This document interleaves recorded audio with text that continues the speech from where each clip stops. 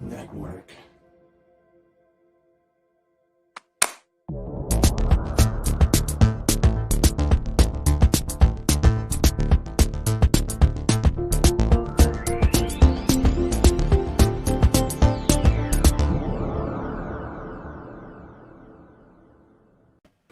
Evening all.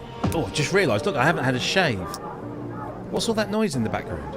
I can hear noise. What's that? Can you hear that? Is that me? It's not me. The voices. What's going? That's weird. What kind of noise? It's like music. Yeah, I hear it. Nope. Nope. Where's that coming from? It's singing now. Hang on a minute. Is it What's me? that? Have I done something? Hang on. Has it stopped? Yes. There, yeah. Oh, I've pressed the button. So Are we good? It's hang still on. going. I'm going to keep him mute. I'm going to do that. You sort that out, Mark, right? I'm going to keep you on mute until you've quite... Because we could get a copyright strike. That could have been... Ooh. Hello. Anyway, that was an interesting start to a show. Dramatic intro. Oh, yeah, I know. It's kind of taken off the... Anyway, welcome. Good evening, good afternoon, good morning. If you're watching on Catch Up, hello, whatever time it is, wherever you are, thank you for watching. We really appreciate it. Do try and get along to a live show because they're quite fun. We've only got a couple more live shows this year because we are in December. Blimey, it's come around. It's like this whole week has just flown by and it's only a couple more weeks and then it'll be Crimbo. But anyway, we've got a live show for you today. We've got a great guest and, of course, we are going to be joined by our regular co-hosts, Ben and Cryss, who we'll come to in just a moment. But before we do, can I please ask you to click the subscribe button and the like button? And can I just say one thing? I'm just going to get close to my screen here. Whoever disliked this show 3 days ago... What were you thinking? We don't care. Anyway, so if you want to please like the show, that'd be fantastic. All done there, subscribe and do all of that gubbins. And if you want to keep us on the air, then of course you can donate to us. You can do that at our PayPal donation page. Again, the link is down in the description. Of course, you can also do YouTube, super stickers, super chat, super something or other. That's all very, very welcome. Thank you for keeping us on the air. We've just paid out for another year's plan, so you've got us for another 12 months at the very least. Sorry about that, but hey, hopefully some of you will be happy about that. I think that's all kind of the gubbins out of the way. Of course, you can follow us on all the usual places, you know, Twitter and Instagram and Facebook, of course, and here as well on YouTube. And yeah, if you want to talk to us, you can do so in that box just over there somewhere on your screens, or it might be down there somewhere over there. You can chat to us live in the show, and if you want to get our attention, just do at ProSynth Network or at Ben Simpson or at Synthient Sound, and then hopefully we'll pick that up. If you want to ask our guest any questions or chip into any of the news topics, not that there are many of those today, but before we get to those, before we go even close to our first topic of the day, let's bring in our well, actually, before we do that, let's first of all say thank you, Mr. Andrew Brooks, to replace that bit of Fairlight I stole last week. £5 from you, sir. Thank you very much. And to PG Ollie, €5. Thank you very, very much indeed. We are super, super grateful. Right, let's go across the Atlantic Ocean and then the whole of the continental United States, if we're going in that direction, and say hello to Cryss. How are you, sir? Well, let me just say that I've got a feeling, and it's a feeling I can't hide. Oh, no. Oh, no. Yeah. Was that your breakfast? How's things been with you, sir? Been well. Just been enjoying watching through the Get Back series. All done with it. Wife and I watched through that. That was just really the highlight of my week. So don't spoil it for me. I haven't got around to it yet, but from what I've seen, it looks amazing. I don't know why Jason's message has just come up there for some reason. There we go. Oh, I'll get rid of that. But thank you anyway, Jason. Let me just take the banners. See, I'm all afluster because of that bizarre intro that we had. Good to see you, sir. Let's move across back into the UK, up north, where it's grim and windy and dark and grey. And that's just Ben's beard. Hi. How are you, sir? Yeah, I'm not too bad. Well, I say I'm not too bad. I'm not too well, actually. I've got a bit of a cold. You haven't got the COVID? No, I've had two tests, and jolly they've both been negative, so I'm pretty confident I've not got that, but I do feel a bit ill. So, yeah, it's not good. My wife's just had that. She works at a school, so they spread it around, don't they? The little kids, and they've all had it, but it's all been a cold, thankfully, and not anything more serious than that. So yeah. Well, I hope you feel better soon, mate. And thanks for sticking around. It's always no worries. And let's go to our guest this week. So our guest this week, he's been on the show, once, twice before? I'm really sorry, guys. I should have shaved, but I didn't realise I've just been... he's been on the show a couple of times already. Mainly as kind of like a stand-in guest or as a co-guest kind of thing. And we thought we'd get him back in his own right because we like him and he deserves it. So welcome, Mark Zaffin. I do apologise for the intro. What I done was, thought I'll be clever. I'll set my little monitor thing here to show the live chat. Mm-hmm. So it's streaming from my other computer into here. But of course, your show started. And when we were having the preamble beforehand, there was no show. So there was no sound coming through. So what you were having were the adverts coming through 20 seconds afterwards, kind of thing. Oh, I see. Sorry. Anyway, it's okay. How are you? I'm all right. Yeah, I'm good, thank you. Good.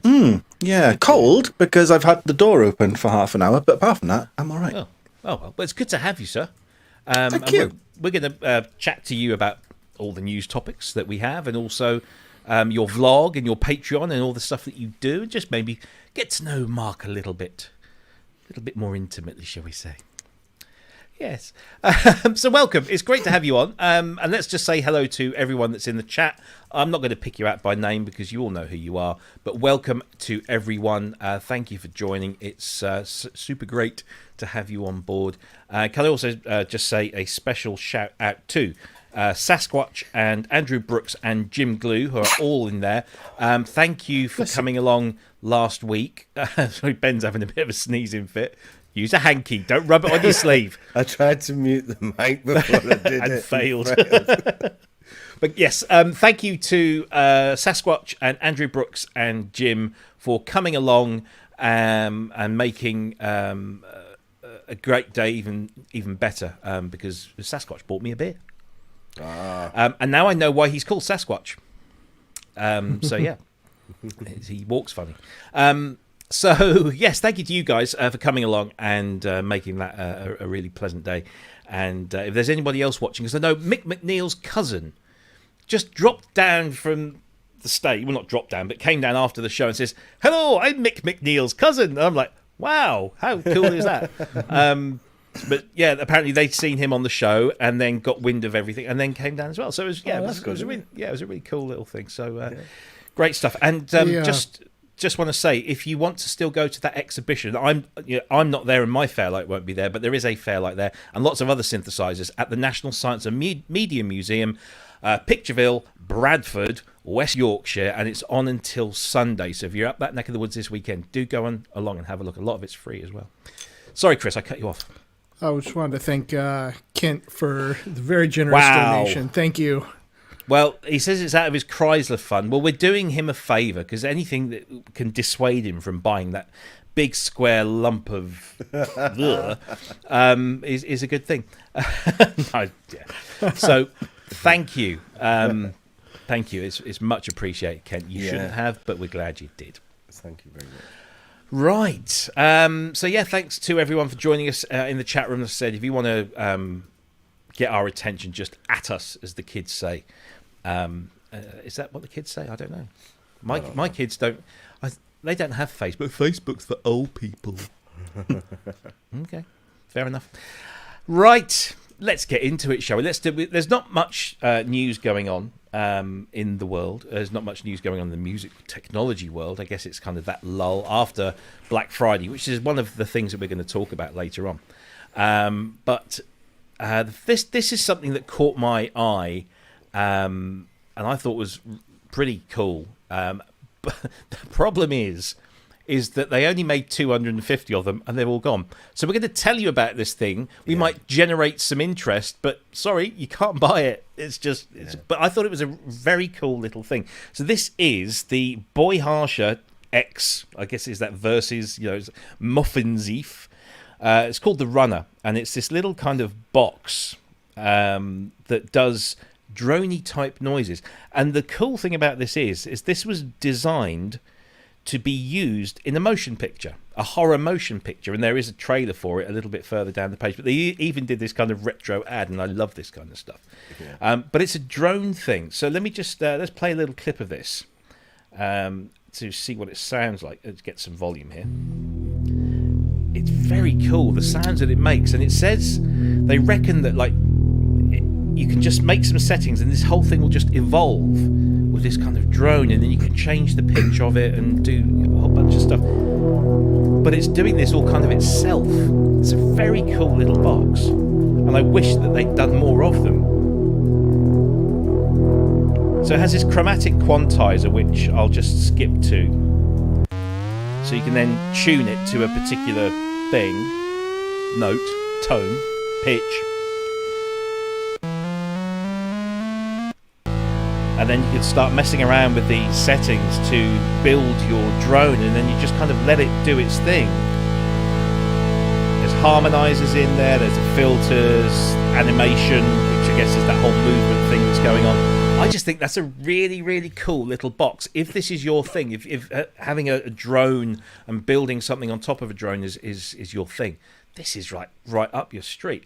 But they only made 250 of them. But and it wasn't cheap. It was like $455 for this little box.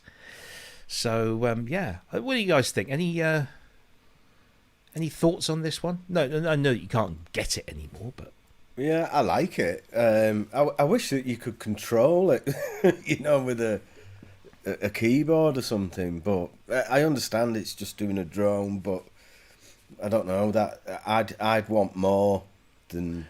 Well, I guess that's the whole point control of it, isn't it? That it doesn't, that it just sits there doing its one job and doing it well. It's got a lovely sound. That harmonic control coming in, I think, is it something like, is it 5 oscillator or something? Yeah, 5, yeah. 5 oscillators all coming in with different harmonies, and really kind of makes a big wide sound, and it's got a lovely sound. The filter sounds really nice on it. But just for me, I know that I wouldn't use it as much because I had to turn that dial. That'd do me head in. That I'd have to. I'd need to play. I'd sample it. I'd end up sampling it. And that's pointless. But I can see, that there's a community of people out there who make music using a lot of modular stuff. Yeah. And the drone is like a significant part of that process. They find a pitch and just let it go and evolve, and then build on top of that. And I can see that that would be a useful thing. So, Mark, are you going to use this in your next synth jam? I had to. But I tell you what, I thought tonally it reminded me of the xylophone. Was it Gen 8 or Gen R8 that thing that came out? They have that kind of quality to in terms of the raw sound thing. But I don't like things that do things on their own. I like to do the thing. If that makes sense. I get that. Yeah, I get that. Because I also like to be able to replicate. That's like replicate and reproduce at the same time. I like to replicate it. Maybe sometimes on a different synth. So I like to, in terms of MIDI, for example, I'd like to make the notes, and then I might think, I wonder what that sounds like on a different synth. And that's easy to do if you've got all the MIDI and everything. It's difficult to do if the thing's doing its thing itself.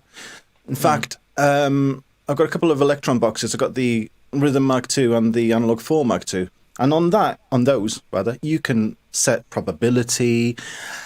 And I hate that. I think, well, why would I do that? Like, I didn't do that. I didn't make that then. That's not my intention. You know, the machine is doing its thing. So I don't like things that do things on their own. I'd like to, maybe I'm just OCD, I don't know, but I like to have that control. It needs to be a definite thing that I have done. So this, for me, would be straight out of the window, or like Ben said, sampled, you know, like using it for a sample fodder, but like Ben said, then it becomes pointless. Yeah. But I did like the sound of it, the tone of it. I did like, but other than that, not for me. I mean, it has literally no MIDI, no nothing. It's just it does its thing. You plug it into the audio, and that's that.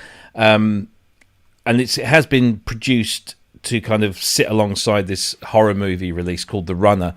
I don't think it's a big budget thing. I think it's one of these kind of small budget films, but.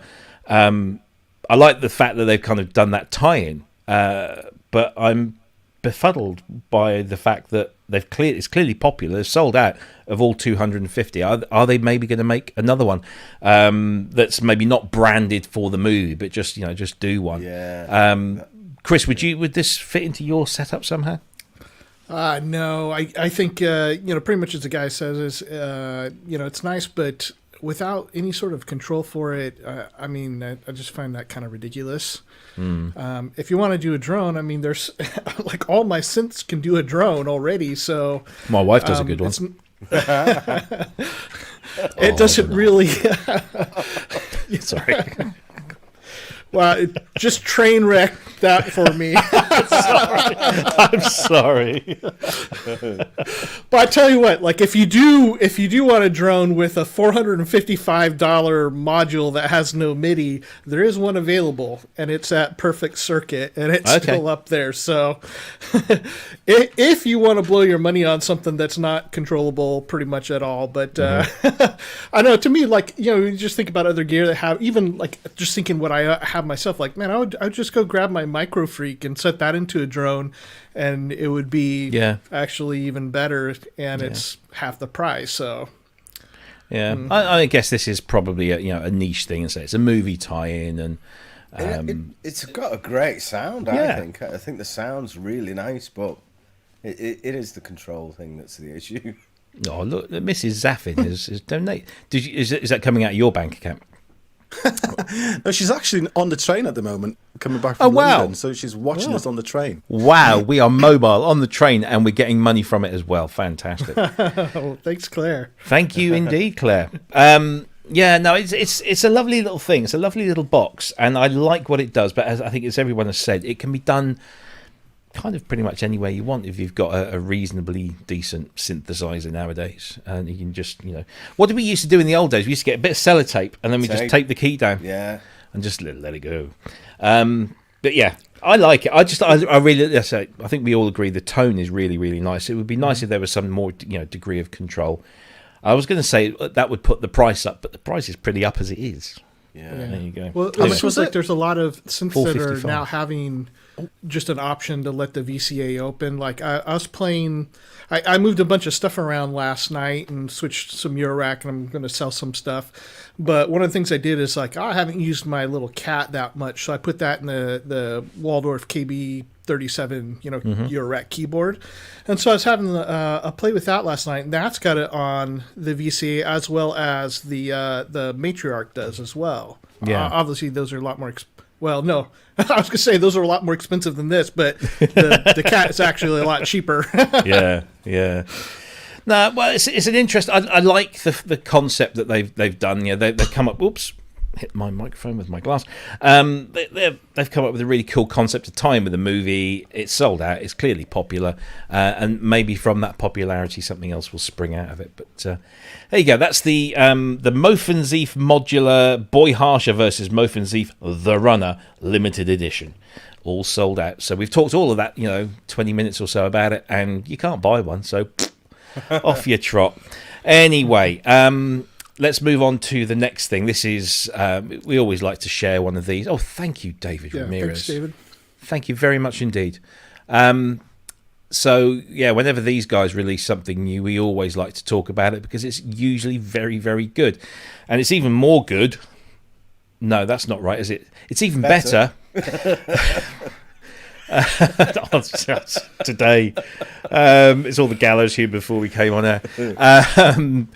So this one is the new Labs instrument from Spitfire Audio, and I have to say that I'm a big fan of this because this is right up my street, kind of atmospheric sounds. This is LA Atmos. It's recorded on the streets of LA by the team behind non-profit LA radio station Dublab. And these are textures that capture the beating heart of the city. Let's have a listen to. Let's put this demo on while we're talking about it. But I do love this kind of stuff.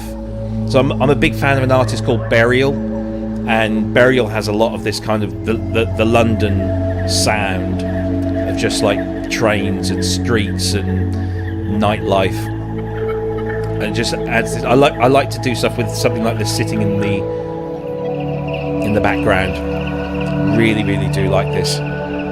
There's also a really cool radio station, online radio station, called LA Views, VUZE, and they take music like this and overlay it with, bizarrely, police radio transmissions of that city. So you're listening to LA police radio over this kind of atmospheric urban type music, or urban ambient type music, should I say. And it's hypnotic. You can go to sleep to just listen to that. So it's fantastic. Another free Labs instrument. Chris, what do you think? Well, I actually quite enjoyed the London Atmos that they had. Yes.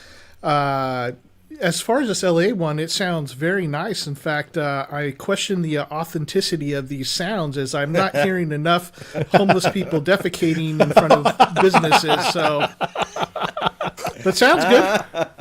Well, my next question was going to be, does it really sound like LA, given that you're a native? And clearly not. Oh well, never mind. I still think it's quite good. I've never seen homeless people defecating in front of businesses in LA, but that's probably not the sort of parts of LA that I would normally visit. Benjamin, was this something you could use in your compositions?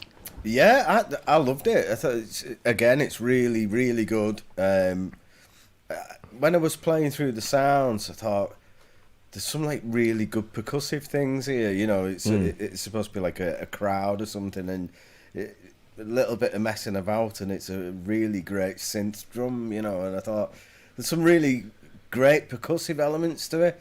And as I'm going through the patches, then there was a percussive one all laid out, and that's fine. I'll be using that all the time. That one, it's great, and it, like we always say about Labs, it's free and everything, but I'm gonna do my usual and complain about a wonderful bit of kit that's been given to me for no charge whatsoever. Yeah, I'd like the ability to be able to download the new sounds within the instrument itself. Okay. Because it's like, why have you got to go to a different piece of software completely to get your new sounds? It seems a bit bizarre. It should be done within it. And I'm not being ungrateful. It is probably the greatest like free piece of music software there's ever been. You know, it's just, I'd like that little tweak if you could. Yeah. And, well, do you know that they are open to feedback? Yeah. So you know, all the worst they can do is tell you to sling your hook. So yeah. There you go. Mark, any thoughts on this Hello? one? Do you use Labs at all? Yeah, I do use Labs. End of story. No, I do use Labs. I like their soft piano very much. Yes, that's nice. The atmospherics. Now, I love atmospherics, and I frequently go out recording atmospherics myself. And a little bit like the last thing, where you know you've got this thing doing this thing for you. Yeah. I like recording atmospherics myself because they have a meaning. I was there. I was right there when it was recorded. You know, and if it's going into my music, I want to know that that thing is something that I recorded, I put in. And sometimes you capture some great things, sometimes you don't, you know. But I remember I was in Brighton, not last year because it was 2020, so it couldn't have been.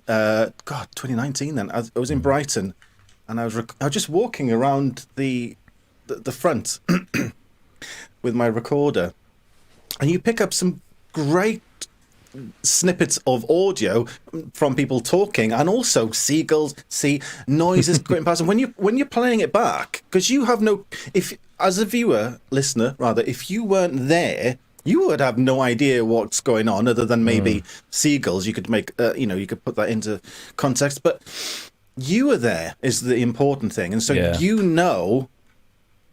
that. I'm going to go through this, and I've done that. I've put in the work. That's what I'm trying to say. You've put in the work in the same way as that little pedal thing. Podle, it's like a pedal. Yeah, it's like the podle that does things for you essentially. Yeah, I'm going to make these drones, whatever. But then they're saying that's I'm the same with everything. I hate arpeggiators. Because if I want to make an arpeggio, I'll sequence it how I want it to sound. And I just like doing things myself. You like control. I think it's maybe a bit of a control. Yeah, it's a control freak thing, I think. And so whilst I love atmospherics, I wouldn't personally use those to me. Yeah, I think the one thing with going out and recording your own stuff is, like you say, you did it, you were there, so you feel involved in that creation process. I think the other thing is that when you're walking up and down Brighton seafront, or Piccadilly Circus in London, or Melrose Place, or whatever it is in LA. I don't know where I got that from. You could record all of the sounds that you're listening to, but you're not actually listening to them. They're just there. They're part of the environment, and they're part of the whole sensory experience. But then when you get back and you put them on, all of a sudden you're not in that space anymore, but you're hearing this one part, and you then start to really hear what was going on. Not just this, blend of sound and vision and smell and taste and touch and whatever. So it really kind of focuses your mind on, and then you start to hear things that you don't normally hear, and then you can pick those out and start making some really cool things, from it. But not everyone has that luxury of living anywhere near a place where they can pick up, these sort of things. I mean, if you to go round here, you get the occasional car engine, maybe from some of the local wildlife, and that would be about it. So if I want sort of kind of city atmospheres and I'm not able to get there, then these sort of things have a place, I suppose. It's funny. This last week, I took my wife out. There's a place that she wanted to visit that she had gone to as a child. It was a wildlife reserve or whatever, and so. Yeah, we're Southern California, so we drive to this place, and she's lived here her whole life in basically, suburbs and city and all. I grew up in the middle of the United States, kind of outside a big city, but in the country. I mean, we had horses and stuff.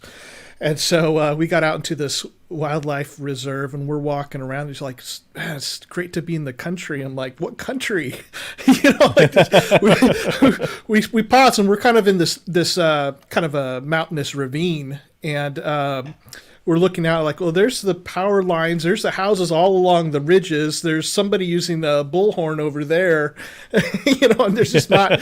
There's a lot of places where finding ourselves like there's not too much like country to enjoy those kind of scenic sounds out here. You would get, city sounds are plentiful here, but some of those nice country sounds, I do kind of appreciate those in music. Yeah, absolutely. I think one thing that yes, look, as Ben said, you don't really want to be complaining about something that you get for free.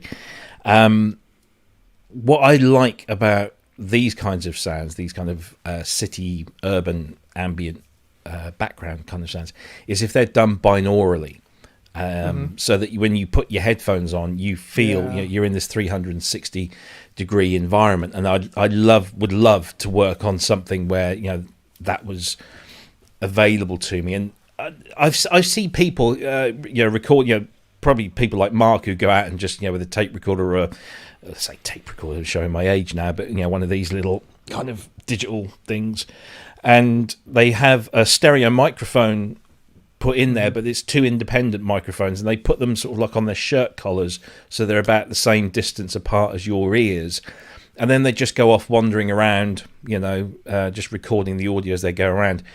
and then when you play that back, you get the full 3-dimensional experience. It's fascinating because it's something you can do really, really easily. You don't need any fancy software, and it's dead clever. There's some really great stuff out there that utilizes that. But no, there's a fellow that's I can't even remember his name, but basically his whole living is traveling the world, recording cities, nature, anything he can underwater. Okay. Oh, yes. And he sells on Bandcamp. Yeah. And his stuff is fantastic. And there was some things. So like, I like what Zaffin was saying about these are sounds that I collected myself, and they're going to take you back to that moment. And there's stuff that you're sourced. It's not going to be in anybody else's music. There are some times where, I'm like for me, like I'm not able to do something that I wanted to do because I live in desert, Yeah. And so I had this song, which the tonality of songs that I had done with the what's the company? What's the guy that does the Korg plugins for free? Full Bucket. Full Bucket. He did that Korg mini pops thing, and I created this thing out of it. It was sounding very jungly. I'm like, man, I need some like rainforest sounds. Mm-hmm. And so I had gotten that, and I went and I selected rainforest sounds from like Malaysia and Thailand and all these exotic locations, and it was really beautiful and sounding to add those into the music. I really like the atmosphere of it. And of course, if you have the opportunity, I mean, that's it ended up working well for the project, but of course, as you guys are doing the recordings yourself, then that gives a whole nother layer to it. Yeah, absolutely. I was just trying to find that website. It's called, I said Views. It's LAVue, LAVUE. They've got an app on the App Store. There it is. Oh, look at him with his binaural microphone. Oop. And he's gone. He's back button. again. Yeah, see? I know what I'm doing. This is a microphone that I made. I made this. And cool. I went online and looked for the kind of the best distance that mic should be at and all that kind of stuff. And I made this little stick. It's just a bit of aluminium with 2 Omni mics on the front. Because apparently Omni is better for capturing sounds rather than directional, because your ears are Omni. And this is what I use. So if you see somebody with this fluffy stick out and about, it's probably me. And no, it's great. It sounds really good. Yeah. But you know what's the best thing is, I mean, I usually wear those Sennheiser SD25, the standard headphones that everybody has, because they isolate really well. And then when you're walking around with this, you get this surreal experience because you can hear things that you can't ordinarily hear, or rather you don't normally pick up. You have this kind of isolated bubble type thing, and you're just walking around like this, like hearing things, and you're just moving around a little bit and you can hear more things. So it's not like you're aimlessly recording, you're actually monitoring everything that you're doing, Do you think it's because it focuses the sound for you? I think it's because you're focusing on listening to the sounds around you, right, in a way that you're not with your ears, if that makes sense. Yeah. But I mean, I hear what you said, Robbie, before about, you live where you live, and if you want to go to the city, you'd have to go on a journey. But that's exactly what we did. We're 2.5 hours from Brighton, and we just went on the train, and no, we didn't. Yeah. We drove there, and we jumped there. No, we just teleported. No, we got there, but I took everything with me because that's what I did, and I spent all day just recording sounds, on purpose. Yeah. I mean, it's been done so many times. I mean, I've been listening to a lot of Depeche Mode these last couple of days in anticipation of the reissue of 101 today. And their 3rd, 4th and 5th albums, Construction Time Again, Some Great Reward and Black Celebration, if you listen to those and the amount of urban ambience that they recorded in Berlin and even in London, and then it's for me, I love it. I just love that sound. Pet Shop Boys, the beginning of West End Girls, that whole street sound with the footsteps and the voices in the background, it's just fantastic, and it just really sets a mood. And I think electronic music has for me anyway, has real home in urban environments for me. I mean, I know it can sound very organic, and you can have it in anywhere, but I think an urban environment and electronic music are just like made for each other. And I always used to love putting my headphones on the tube and listening to that kind of stuff, because it really just kind of evokes an atmosphere, and this really helps. This is the website that, or the app, should I say. There is a website that goes under a slightly different name, but if you have, I believe this is iPhone only, so I'm sorry, Android users. But it's called LA View, and you can just go onto the app, and it has these images of like cityscapes, and then ambient music that it sources from SoundCloud, so it's all completely legit and not breaking anyone's copyright. And then you can overlay like emergency services radio broadcasts, and it sounds odd, but seriously, put it on, put the headphones on, turn the lights down, and it really does take you off somewhere. And it's just that kind of lo-fi radio sound, and it's magical. It really is. Somebody put me onto it years and years ago, and every now and again when I just want to kind of like relax a little bit, I'll do that. I'll turn the lights down, put this on, just listen to it. It's fantastic, and it's free. You can't beat that. Anyway, make a comment. But before we do that, just wanted to thank Beat Farm Digital.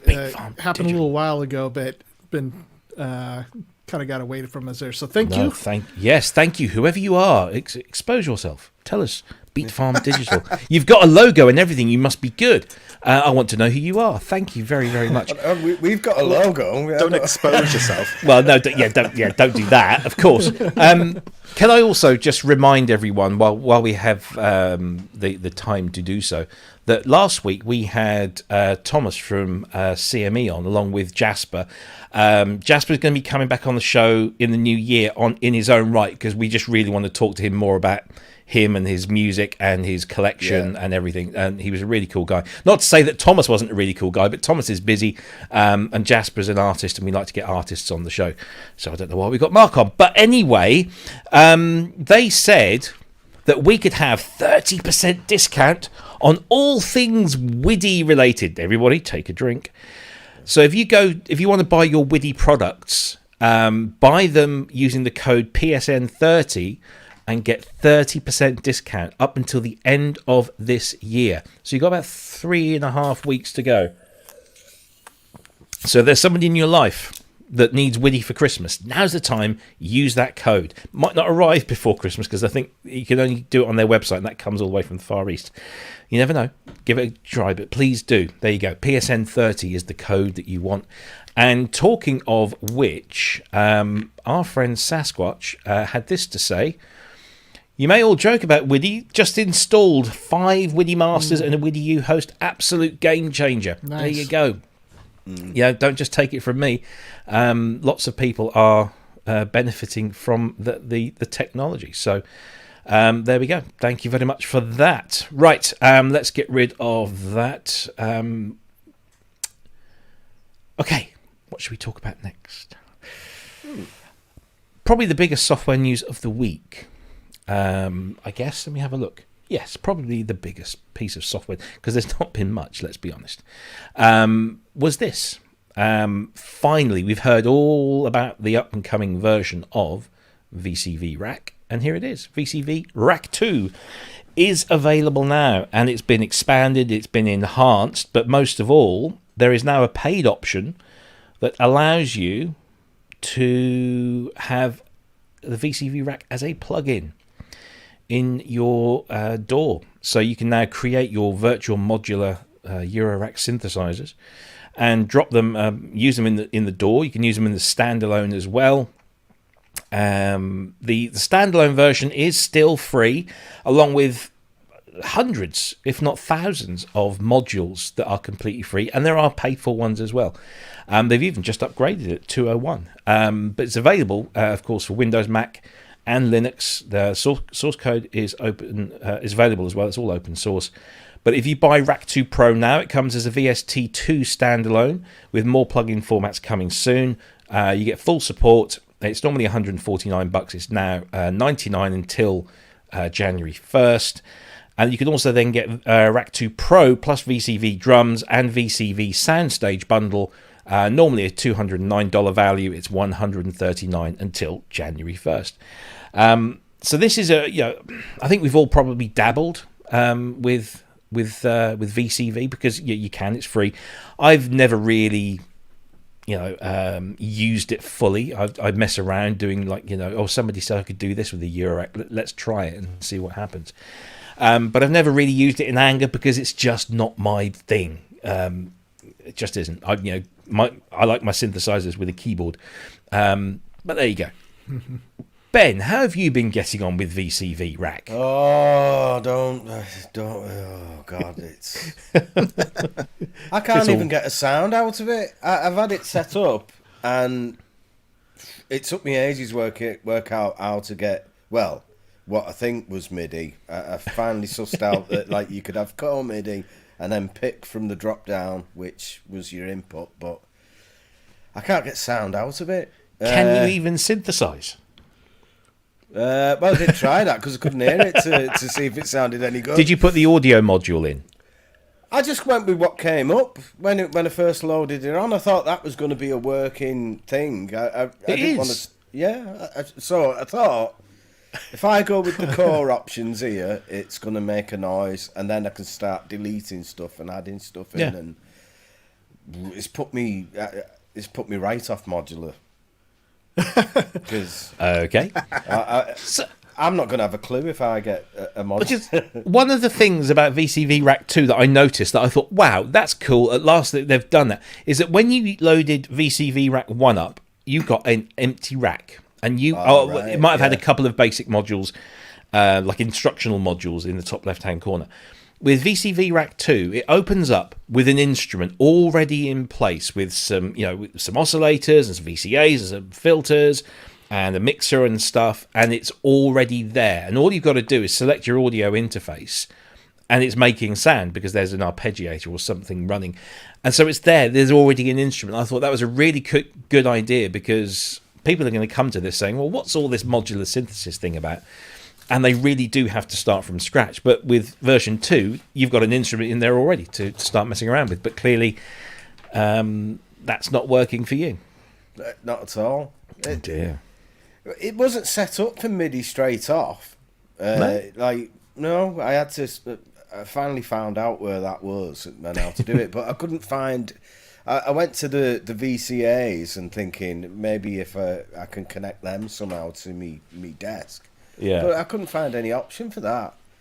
So I was just silent for about an hour, just staring at the screen, trying to try different stuff. Yeah, it was, I think Vicky appreciated it, but no. But I mean, out of the four of us, I mean, you and I are probably the most Eurorack averse people. Yeah, I'm never going there now. No, definitely not. But at least, I mean, this is one way. I mean, I thought the greatest thing about this was that it would tell me one way or the other whether I really wanted to try Eurorack. And it said to me glaringly, loudly, no. But I don't mind having a little fiddle every now and again.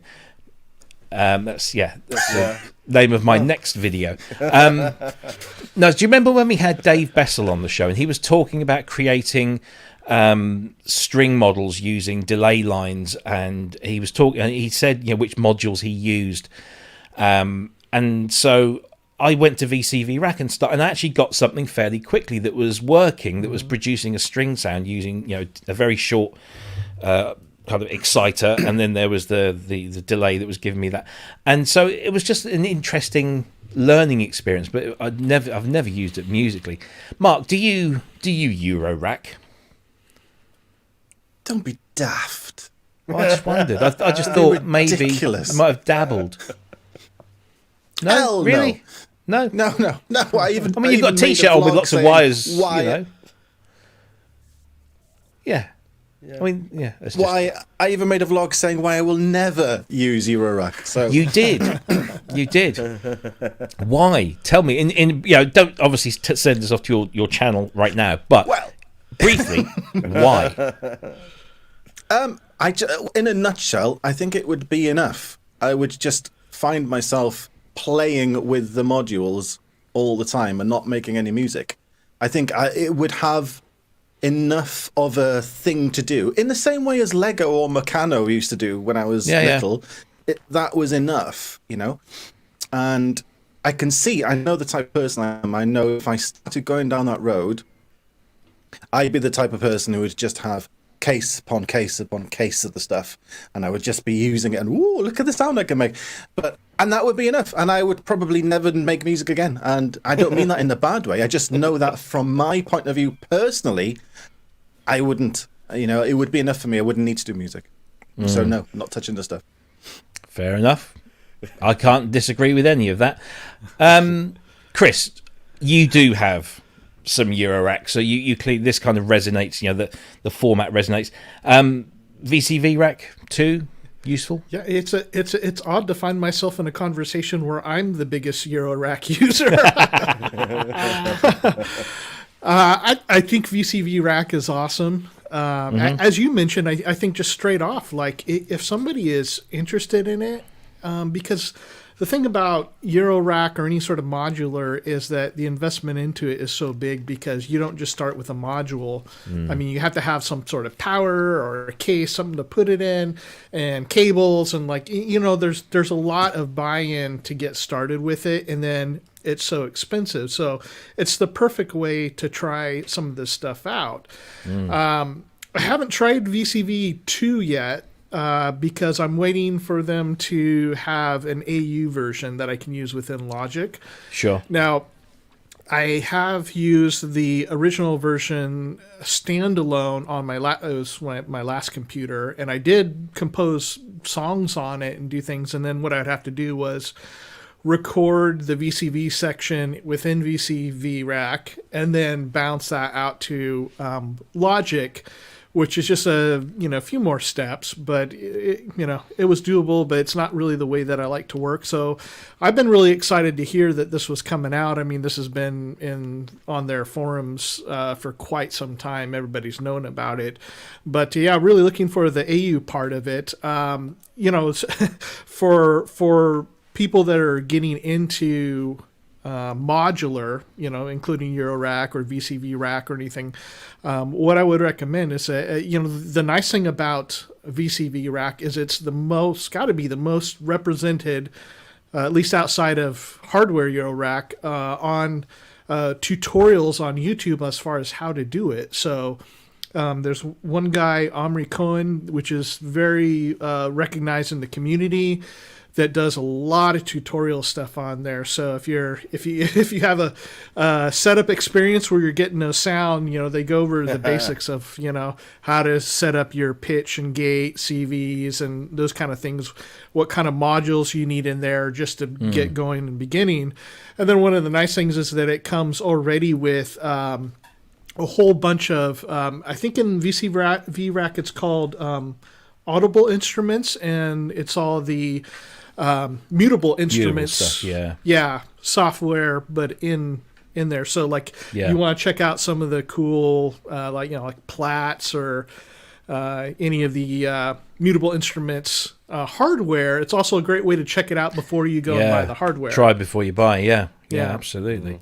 The one thing that really annoys me about the VCV experience is the library. Because whilst it's it's nice and it's certainly better than it used to be, because it used to be just a list of words, and I don't know what that stuff does, and now I can see it's a lot more visual. But trying to sort through, so I'm a cheapskate. I'm not really investing in this. I don't want to be buying any modules because I know that for me it's a waste of money. But I would like to know which ones are free, and they've given me a filter here, so I can tap the free filter.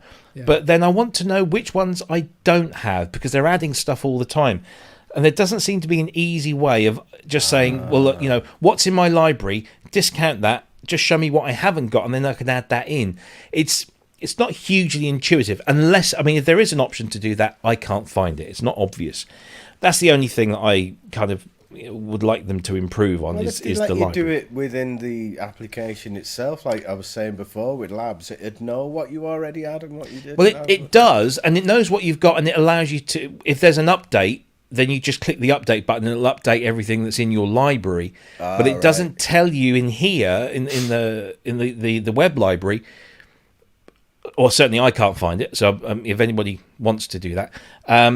So it doesn't tell you which you've got, which you haven't got. Now, Ken has just actually said, and I'm pretty sure I do have one, but this would make obvious sense and might just completely make my point moot. But create an account, and maybe that's how I do that. But I'm sure that the problem still exists. Maybe I'm not. I don't know. But look, again, we're ragging on something to a degree that is completely free for the most part. But if you want to pay for those extra bits and you really want to, see yourself using this within your DAW environment, now you can, and it's not horribly expensive. I mean, you can buy a single synthesizer for $150, and with this you can build any kind of synthesizer you can pretty much conceive of. So in terms of value, if this is your thing, this is great.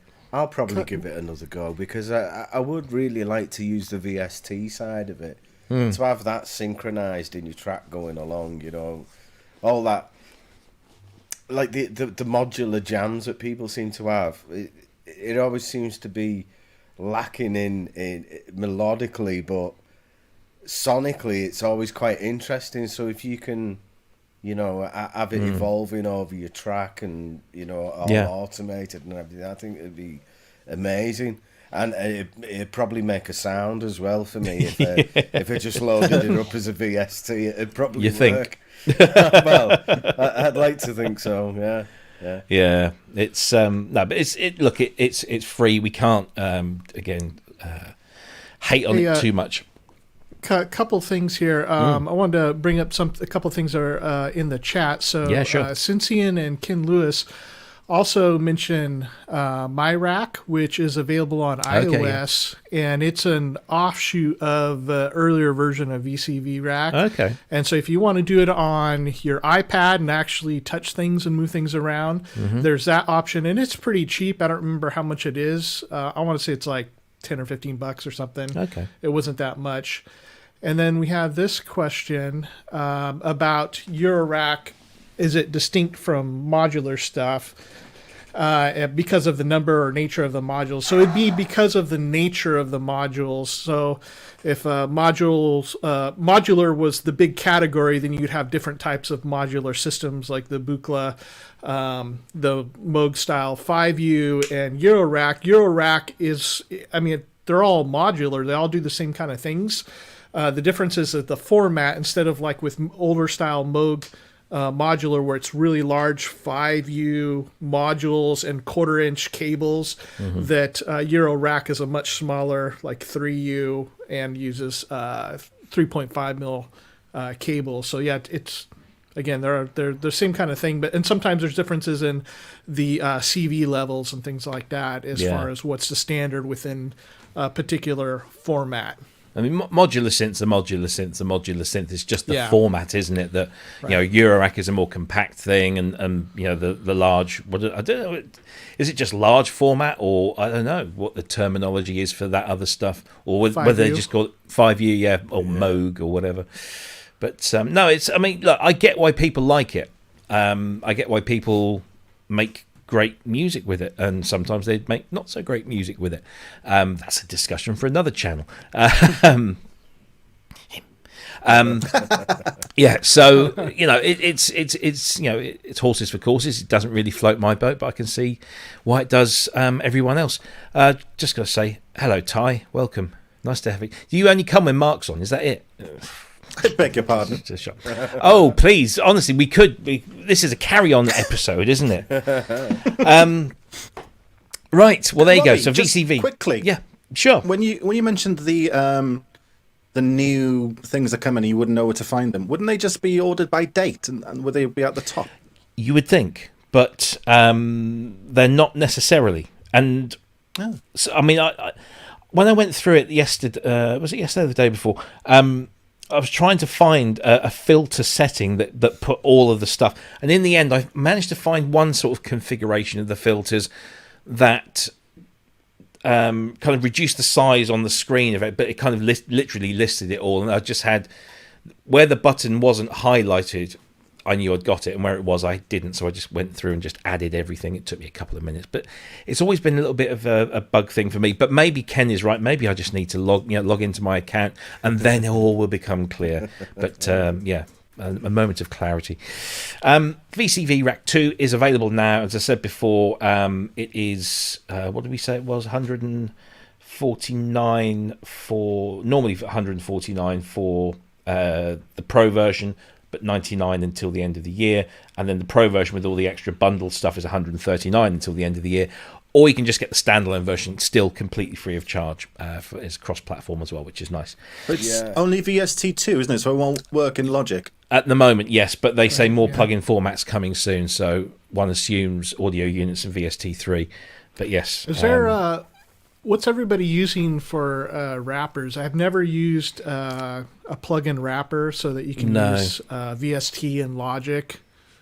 I try not to, because I've never had brilliant experiences with them. Maybe it's because I'm cheap and I only use the free ones. Wow. But doesn't Reaper have one built in? I think Reaper has one built in. Is there anything that goes the other way? I'd love to use the Logic instruments in Cubase. I doubt that very much. Yeah. Apple's door is a one-way thing, isn't it? It doesn't go the other way. That's the best thing about Logic for me is the instruments that very you get true. with it are awesome. Very you can use true. it in main stage, I suppose, can't you? Yeah. Yeah, you could do that, couldn't you? Yeah. Have it like synchronized somehow. Yeah. How they do. Definitely.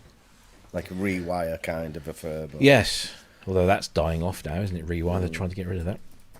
Anyway, so VCV Rack 2, there we go. For your virtual Eurorack modular needs, should you want them. There was one other kind of news topic. I saw that out of the corner of my eye. There was one other news topic before we get on to the kind of the bigger sort of discussion point of the week. And this one Cryss brought to my attention. And I have to say that I haven't had the time to check this out beyond just kind of reading through the blurb on the website. But this is from Reverb Foundry, Tai Chi. From tight rooms to chorused ethereal spaces, it's the next generation ensemble character reverb, specializing in luscious chorused reverbs that are perfect for synthesizer, guitar, electric piano, and vocals. Now, I should have lined up. There doesn't seem to be a video there, does it? I don't really just like have to. the sound examples are. Yeah, I don't want to go through all of those because then you have the dry, and I just want to hear somebody going like, "Dry, this is dry, this is wet, this is the mix." But let's just choose a lead synth. Let's try a pad. So here we go. This is the dry pad, which is nice, and then this is the mix.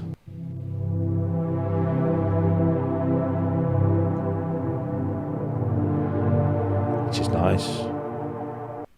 And then the wet.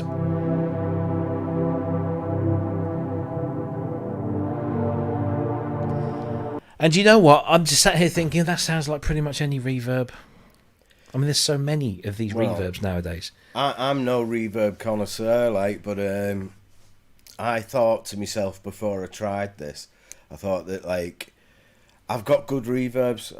I love the Valhalla stuff. I got that LX. Was it the Lexicon? LX480? Yeah, I got that. Yeah, the Relab. Yeah, and that's been brilliant as well. I love the Valhalla, and I love that, and they've been my go-to reverbs. I thought I pretty much know what this is going to sound like. All right, a bad reverb you can tell, and it sounds awful, but when it's a really good reverb, I thought, they all sound pretty much the same. Surely it's a good reverb. But it's not, because I downloaded this and I thought, ooh, that sounds nice. Surely my reverbs sound just as good as that. So I had the same source with different reverbs, trying them. And this one really did, for me anyway, stand out above the ones that I've already got. And one thing that I really liked about it was this multi-band kind of EQ thing that you've got on it. Yeah. That isn't on the light version, I don't think. I think it's just, for the full-blown one, which is 99 quid, and the light one's 49. Yeah. But you can really tailor the sound of the reverb to how it's going to fit in your track just by boosting particular frequencies in the tail. It really works for me, and I think I found my new reverb with this because I genuinely, honestly wasn't expecting anything. Yeah. And I really liked it. I love the sound of it. It's a cracker. Interesting stuff. Cryss, you were the one that brought this to our attention. Have you is this something you like, or is it just another reverb? I love reverb, so I haven't got this yet, and I'm gonna check it out some more. But Reverb Foundry is one of the big names in reverb right now, and they've done the Seventh Heaven, which is it's their version of a Bricasti. It's like the most posh hardware reverb you can get, just about. And just done so well that they've partnered with Bricasti on that as well. Okay. So, when they release something, it's something to kind of take into account and have a look at. And so this is interesting. I mean, this particular reverbs thing, I guess you would say, because reverbs do what reverbs do. But it's got a kind of an ensemble chorus effect in there. And so sometimes, most of the time reverbs use some sort of modulation, like the Lexicon stuff called a spin and wander, to create movement within the reverb, especially if you got that nice stereo field going, so you don't end up with having a lot of resonances happening with just the same particular delay line hitting the same place all the time. So but this ensemble effect is kind of the special thing about it. And it also has some other things like some bit crushing features and things, which are probably done a little bit more musically than what you usually get. But as far as like reverbs people are discussing, like, the Lexicon stuff is always going to be discussed, although their plugins, have really fallen behind, I guess. I don't have their plugins, but like, you think of Valhalla, Relab is like Ben mentioned, and Reverb Foundry. Those are probably three of the top. So, it's a good one to check out if someone's looking for reverb. Yeah. I just kind of feel that there's just so many of these reverbs and delays that are coming out, and there are only a few that really grab my attention. Anything that Valhalla bring out is just like, wow, that's cool. Although I find with Valhalla is that I think I would go to that first because I think it's going to add something magical, and I always end up finding it adds a little bit too much and kind of distracts from what I want. I just want the reverb to kind of just be there but not distract from what I'm doing. And sometimes that Valhalla stuff is so brilliant, it just, you're listening to the reverb rather than listening to the thing you're reverberating. I have to say that Chromaverb in Logic is now literally, let's put that on. I know I'll get something really cool with that, and then I'll maybe worry about it later if I need a little bit, something else. And that's, again, it's like Ben was saying, that the stuff, the built-in stuff in Logic is just very, very, very good. And I'm liking some of the stuff that IK do, but it just seems to be so much of this stuff, and you think, well, pick one. Yeah, and with all the different styles, you may just like the convolution reverbs better than algorithmic. I like the algorithmic better, so even though I have like Seventh Heaven, like I use it kind of sparingly, but the Reverb Foundry Seventh Heaven might be something that would be more up your alley, where you're like, I want something that's natural, doesn't get in the way. I like Vintage Verb because it is so like, it does that thing. It's got those like grainy, like Lexicon style trails to it. So, but that's not for everything. And I think that's where, you go into your box of tools, and if you have your DAW template set up with a few different reverbs. It's great to have. Like my one I've been using for this year, I might redo here soon, but had been Valhalla Vintage Verb is like my main reverb. Then I would have Supermassive for like crazy spacious ambient stuff, and then also that Seventh Heaven if I wanted like more natural, actual physical space room type things. Yeah. Mark, what's your go-to when it comes to reverb? I don't really have a particular one. I recently bought the R4 and the R2. Can't remember who makes them now. Exponential. Yes, Exponential, Exponential Audio, because they got acquired, I think, by NI, didn't they? And so they Isotope. Isotope. So they just had this sale. They were like, yes, 1,799 down to $59. Okay. But it was Rich Hilton that recommended it to me. He said, no, get this. It sounds really good. All right. And I did, and it does. But I think the trouble with reverbs is the trouble is that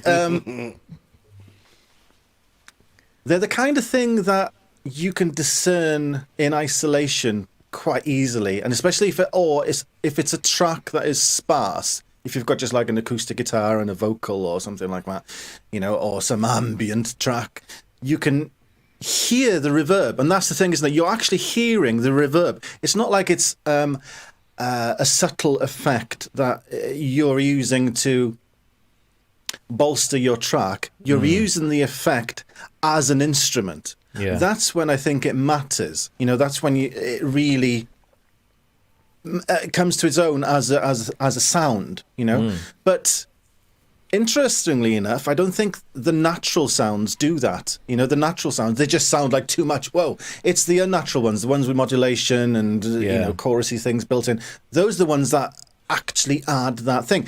But for me, if you're not doing that kind of music, if it's not sparse or it's not an ambient-y type thing, and let's face it, you could fart in a mic and put a good reverb on it and it would sound good as an ambient track.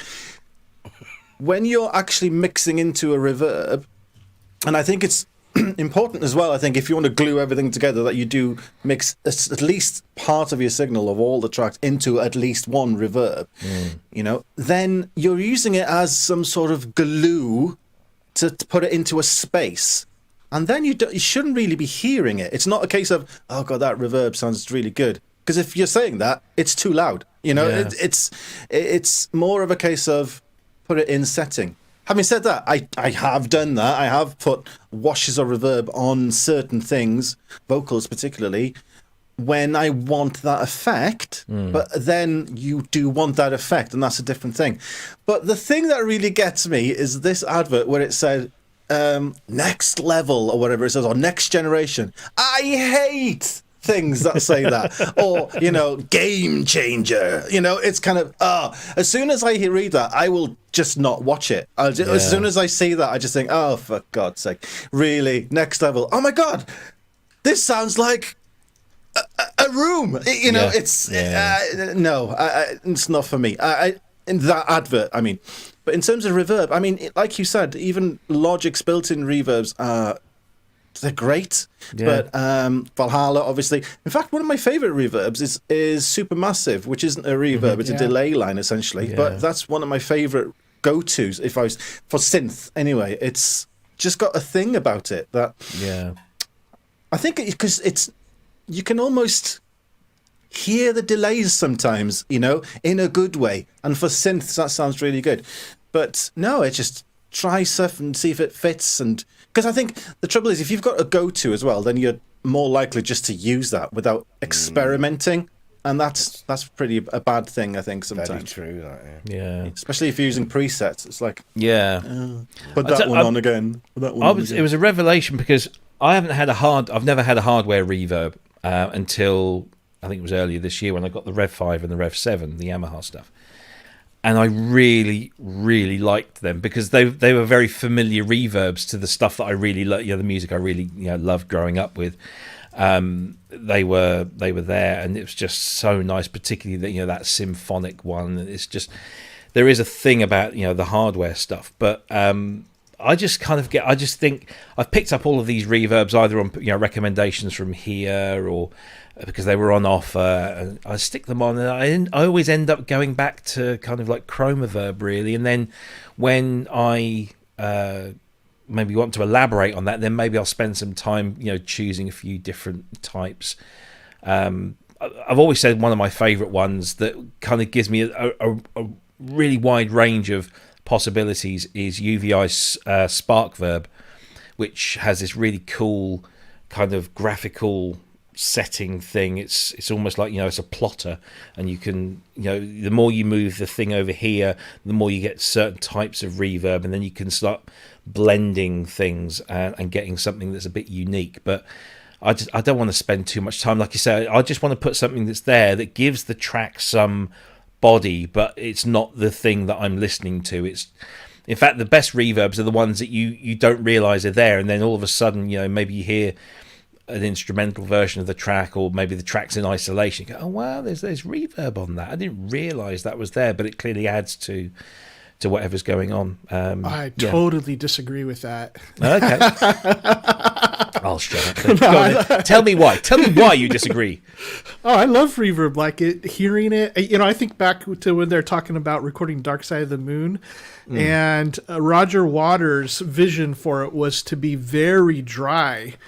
Wanted it really sparse, and David Gilmour wanted it really wet, and I guess the engineers sided with Gilmour, and we have such a beautiful sound on that. And then some of the things that I really love about the 80s is the aesthetic of the sound and how much reverb was used. Some of those great hit songs like Take My Breath Away and things like that. Nothing Compares to You. Those kind of songs where they're just drenched in reverb, all that kind of stuff. And then, of course, as a guitar player, like, hearing surf guitar and all the spring reverbs, and where it's not anything subtle. It's completely over the top. Some Dick Dale or something like that. That's just, there's no subtlety in it at all. But that's where I guess taste. That's where it comes in, and why I disagree is not because you're wrong. It's because I just have a different taste about it. Absolutely. I mean, I really didn't know anything about reverbs until when I was a young teenager playing the drums, and I heard Phil Collins and slightly early. Well, it was Phil Collins, but it was on Peter Gabriel's album with that famous gated reverb. And that sound, how do I get that sound on my drums? What do I need to do? And then somebody said, well, it's this thing, this process. And I wanted that on like everything that I did back then. And, it wasn't always possible. And it kind of got overused. So, gated reverb now is kind of like, the orchestra stab or the DX7 piano or whatever it is. It's just so overused and out there. But for me, I still listen to it and think, I like that. That's nice. That's my safe place, it's... I think another problem with reverb is that a lot of people stick a reverb on almost like a master effect, and there we are, I'm done, put some reverb on it, and everything goes through it. And as if in conceptually they're thinking, okay, well, this is going to be in a room, therefore everything has to go through this room, so there's this reverb at the end, and that's fine. That's when it sounds a little bit more 90s, going back to what Cryss was saying with, like Take My Breath Away, for example, not Take using your breaths that. away. Yeah. But you get a more of a wash sound. But I usually have at least 4, maybe 5 reverbs on the go, all different. On the vocal chain, for example, I may have 2 insert reverbs of different sizes, but also going to ascend with a larger one as well, just to kind of tailor things, because there's also, you've got serial and parallel sounds which you can tweak in ways which you can't just stick things through a reverb and hope it's going to be good, unless you're doing one synth thing through a massive reverb, like a black hole or something, or a modular or something, then fine, that's what you're doing. But in terms of mixing the sounds with a reverb, there's more to it than just what reverb do you use. How do you use that reverb? What size is a reverb for a start? I mean, one of my favorite ones for a small reverb, for example, is just the bog standard Logic one, because it just gets out the way and it's easy to tweak and it's done. but you wouldn't really hear it, you know. But you take it away, then something's missing. It's kind of, oh, what's happened there on the vocal, you know, and a delay. I'll put a delay on the vocal as well as 2 reverbs and a send as well. But it doesn't sound like Take My Breath Away. It doesn't sound like this massive wash. It just sounds better than just going through one reverb. And I think that's the problem, is buying a reverb thinking that that's going to fix a problem. That, you know, oh, well, my vocal doesn't sound as good as that, therefore I'll buy this thing. Instead of, what have you got and how are you using it, you know? Well, just stick everything through it. There we go. Turn it up to 10. You know? Well, it's what we used to do when we were playing in pub bands, when the lead singer was feeling, you know, slightly off key, just turn up the reverb a little because it hides a lot of stuff. And that was, you know, that was our stock use of a reverb. I just want to say Jim has pulled me up correctly, shall I say, on the Phil Collins thing. It was a listen mic compressor, but it kind of then got copied in gated reverbs. You know, the whole thing I was talking about, Phil Collins drum sound. So yes, I stand corrected, but yes, I kind of knew what it was. Anyway, Tai Chi. Let's get back to this thing. And he's just, let me just add it back in here. So if you want to buy this, it's available on offer at the moment. So the full version is normally $199. But it's half price at the moment. If you want the light version, it's normally $99, but again, that's half price. And the upgrade is $50 as well. So you can get that from reverbfoundry.com. Loads of examples on there. I've just been reminded. Go ahead. Sorry to butt in on this point here. If someone with Reverb Foundry and what's the other sister company that makes HD cart? I can't remember their name right now. But anyway... they make that, don't they? Oh, wait, yeah, no. I think they do, yeah. Liquid Sonics. Sorry, Liquid Sonics is the sister company because, like... Sorry, I talked about them as kind of the same thing because it's somehow the same people. Seventh Heaven is from Liquid Sonics, HD Cart, and Tai Chi is from Reverb Foundry. Oh, yeah, okay. So if you own... one of the reverbs or more of the reverbs, they give coupons. And so, like, for instance, I have Seventh Heaven from Liquid Sonics. If I were to now go and buy Tai Chi, I'd get 25% off of that. Okay. So if you do, if that's something that you guys already have, or, you know, anybody that's watching the show, make sure you go get the coupon for that and save some money. Yeah, absolutely. I was just trying to find, there's a website that... I think Simon Alexander actually pointed me towards it a little while back, and they collect hardware reverb units and then list them, so you can go to each unit has its own page with all of its own examples of dry and wet and stuff. So if you're looking for like hardware reverb stuff, it's a really great thing. I got lost in there for hours just listening to all the different hardware reverbs, and it's a good ear training thing as well, because, you know, a lot of people talk about when they do these software reverbs, oh, it's a software version of this piece of hardware from back in the day or whatever. So it gets you, it kind of helps to tune your ear, shall we say. There you go. So anyway, Tai Chi from Reverb Foundry, available now. So this is Friday the 3rd of December. Last Friday was what was lovingly known as Black Friday. And Black Friday had a whole bunch of deals and offers and things that maybe a lot of them weren't so much deals and offers. They were just promotions of some description. There were a few bargains to be had, but Black Friday is no longer just one day. It's no longer just 1 week. It's almost 2 months now, because people start making the offers at the beginning of November. And they go on and on and on, pretty much till Christmas. And then, of course, you have the January sales. And then lots of people are discounting stuff even there. So sometimes you can buy something in Black Friday, and then if you've just waited until after Christmas, they'll have had an even better deal because it's the New Year's sales and all this kind of stuff. But, Mark, you did a piece recently on your vlog. About this whole thing. I did have it actually lined up here. Let me just see if we can. You're not going to give us a copyright strike if we play some of this, are you? I'll try. Oh, thank you. Cheers. But yes, you had this piece here, so let's have a listen to this. Friday. Now, you may not have heard about this thing. It's a small thing. It's a new thing. It's, you know, it's one of those things that's on a need to know basis. You know, it's so hush hush. It's kind of undercover, so small, so quiet, so yeah. If only that were the case. Except we all know it's not the case because of the emails. Oh God! Oh my God! The emails. Absolutely. They Let's were stop him relentless. there because he's actually here in person. We don't need. Where is your scarf, by the way? You've got no scarf on. Come on, you're letting the side down. There it is. We're not good enough for the scarf. That's what it is. But you're right, though. I'm off air, so Okay, my all right, vlog, fair enough. off log. But you are correct in that we all know this stuff is going on because our inboxes are literally inundated for nearly 2 months with the pre-Black Friday stuff, and then the early Black Friday stuff, and then maybe the Black Friday stuff, and then the Cyber Monday stuff, and then the post-Black Friday and the post blah blah blah, and it just geez. And they're not all bargains, are they, really? I mean, there's a lot of stuff that's not even, it's just 5% here or something. Or maybe there's something that's been 50% off for ages and they're just kind of re-promoting it. You're not really saving anything. It's just full on.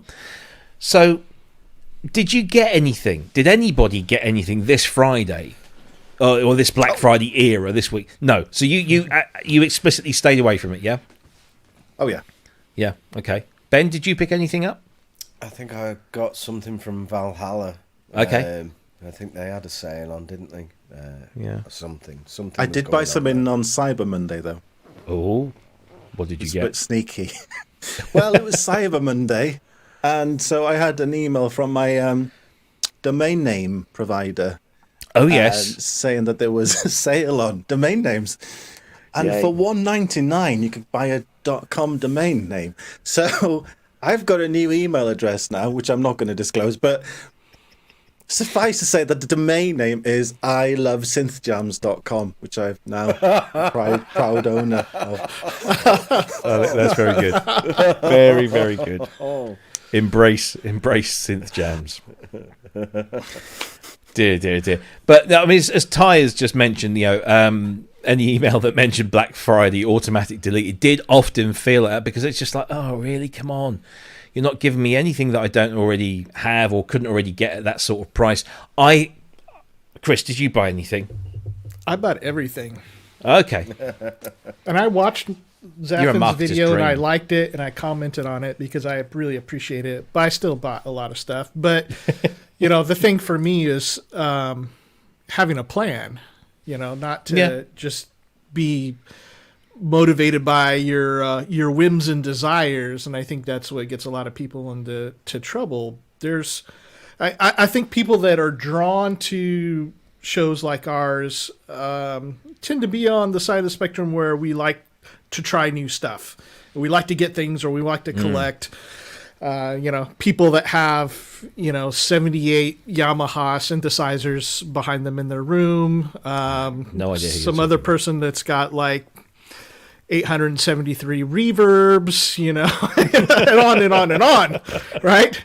So, but the thing is, like, I've got a list going on my computer. It, just kind of pops over from the side. It's some cool little program for the Mac that I have access to my notes. I've got everything in order of how do I value these? If something goes on sale, which are the things that are most important to me? And also thinking about what is my budget? Because I don't want to spend beyond my means for things or put myself in a bad situation.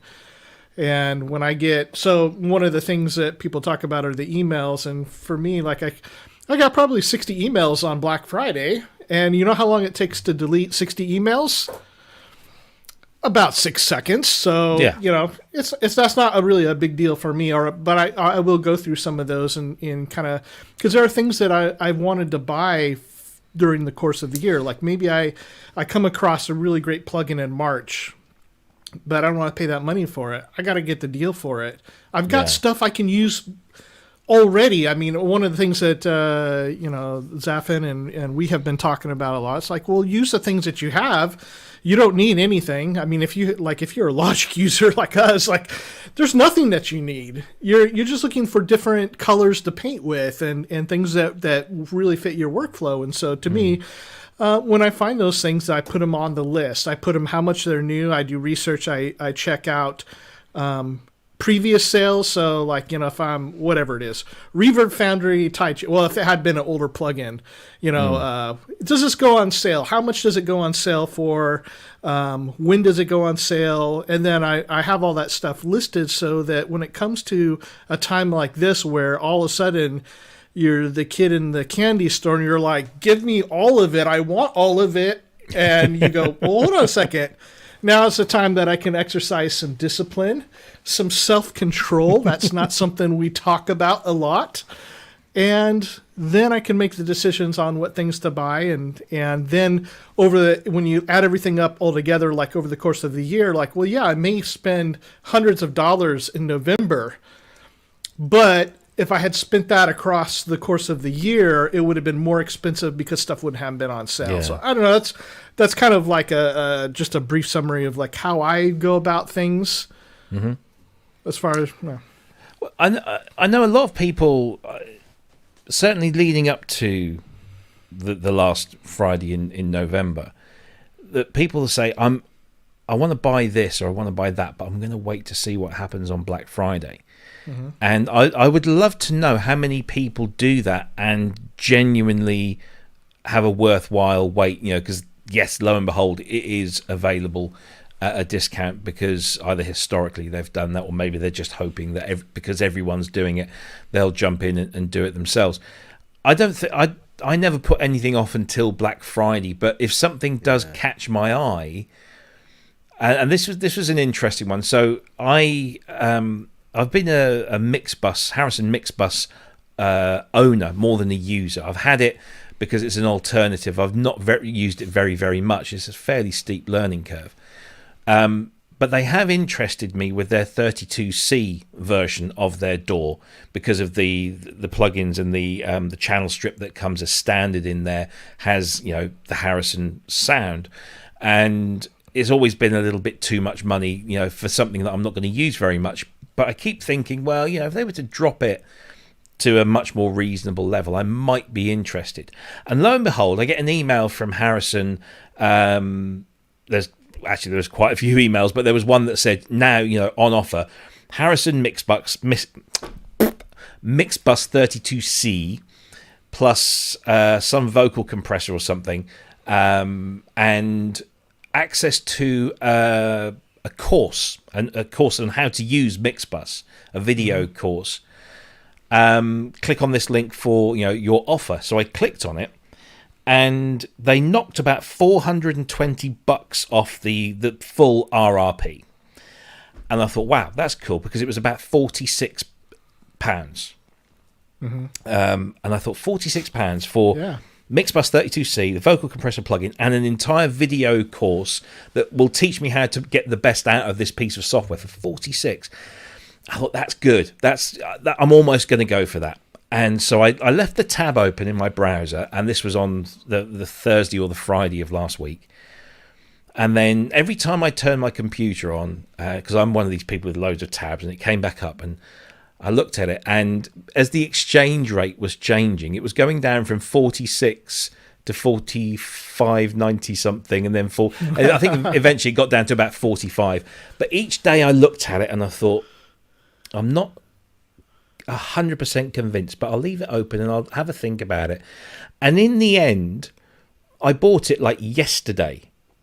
It was like, almost a week after. And I went back to the tab fully expecting it to have reverted back to full price because, Black Friday's over. But no, it was still there. And I thought, I'll keep looking at it. Yeah, I'll buy it.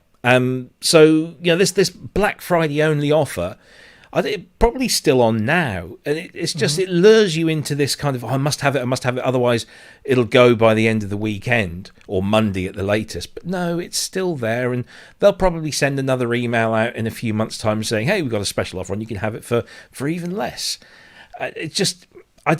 I'm just suspicious of the whole thing, and I just don't like the fact that it is now sprawled into not just one day or a weekend, but it's a couple of months, and it'll just get bigger and longer. It'll be like Christmas. Christmas starts in October now, virtually, for some places, which is bloody awful.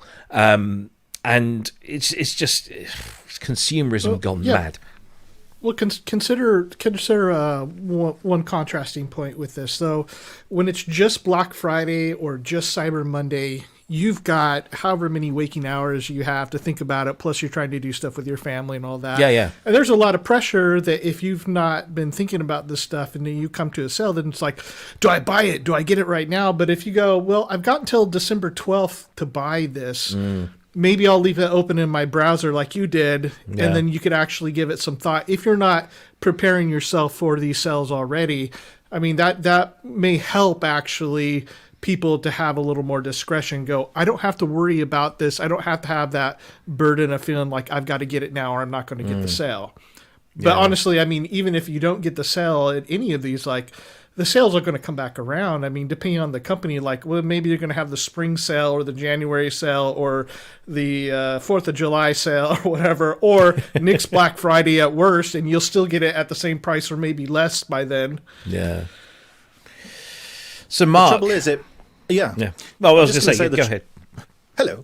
The trouble is people use it as part of their marketing model to the point where, if you looked at a graph of sales through the year, they will have a slump when they don't have sales, and they'll have peaks when they do have sales. So it becomes part of their marketing.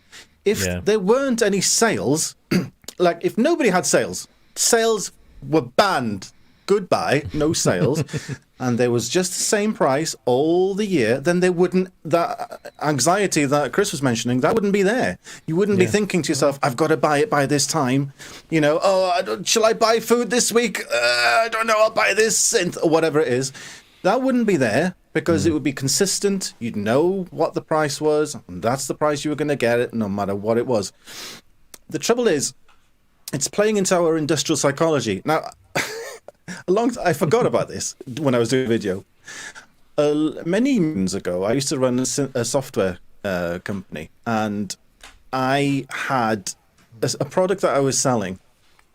And as a test, I put it on discount for 70%. There was no such thing as Black Fridays then. That didn't exist, okay, in terms of software anyway. So I put it on sale for 70%. With a note saying ends next week, which it did. That's the kind of thing that, it was an honest thing, and then that's what happened. The sales went up threefold, and I thought, okay, so I've sold more. Okay, I've kind of 70% less in terms of earnings, whatever. But I said, what if? So what I did was I upped the RRP. And then, so that the 70% off came back down to what I was originally selling it for. And then I put that on all year round, didn't take it off. And I just put a thing saying ends in whatever 6 days. I had some JavaScript that changed the day ahead of time, So playing into people's psychology, so they're thinking, oh, God, there's a bargain. There's a bargain here. It ends next week or ends tomorrow or whatever it is, And it worked great. And my sales went up and everything was fine. I completely forgot about that. And then about 6 years ago, I was setting up my studio again. And I thought, I want a kind of string library and, orchestral library. So I shopped around looking what was out there. Again, didn't really know because I was just getting back into things. But there was this package by East West with 70% off. Ends this weekend, that kind of thing. I thought, oh, Jesus. And it wasn't cheap. It was something like 600 quid and for the entire thing. And I just remember thinking, oh, yeah, but next week it's going to go up to And so at the time, I really kind of bit the bullet and put it on a credit card thinking, well, I'm going to save money in the long run if I do this now. Completely forgetting, of course, that I'd done the same trick 10 years beforehand. Yeah. And bought it, and then Of course, that 70% was on all year round. They were using the same. They got me back. They got me back from my mischievous ways. But you still see it today. On Facebook, you see these ads for anything. Doesn't matter what it is. You click on an ad, and then it comes up with a countdown timer. Have you seen those? Yes. Counting down. It's like 23 hours. And it's just, the same thing. It's always there. But it's industrial psychology. To the point where it's really making us sick. It's making us, got to get this because, I'm going to lose out. It's like, it's FOMO, isn't it? It's fear of missing out on a bargain. Yeah. Now, last year I bought Synapse Legend Black Friday. I bought it, Synapse Legend, last Friday, having waited about 9 months. Because I was speaking to Ty about it. We were talking about, I said, I've got Monarch and blah, blah, blah, blah. And he said, you should get Legend. It's fantastic. And I said, right. He says, do they ever have deals on Black Friday? I said, and he said, yeah, probably. So that was probably back in January or something like that. We were having that conversation. I forget now. And so I just I logged it in the back of my head. Bloop. I think, okay, I'll check those in Black Friday. Because obviously I didn't need the synth, otherwise I would have bought the synth. Yeah. But the fact that I'd logged into the back of my head as something that I might get if it's on sale, and then came Black Friday and it was 50% off, I thought, all right, I'll buy that now. And I've used it twice. But that's the mentality. They're making us sick. They're making us buy things through delayed gratification. It's like, I'll wait. And then there's, you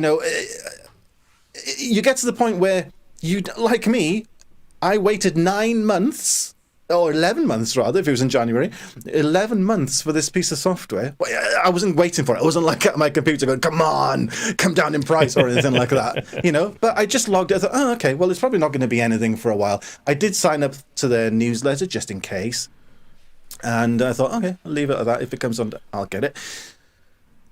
What does that say about us? We've got all this stuff that we've at our disposal. Like Cryss was saying, if you've got Logic, you've got everything anyway, But what does it say about us where we will wait for something if it's on offer instead of buying it then? Because in 11 months, I could have, if I wanted that synth, I could have had 11 months of use out of it, But I didn't. I just waited because, it's a bargain. I'll buy it, and then I've used it twice.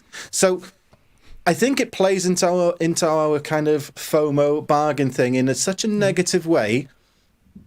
It's making us unhealthy, I think, as consumers.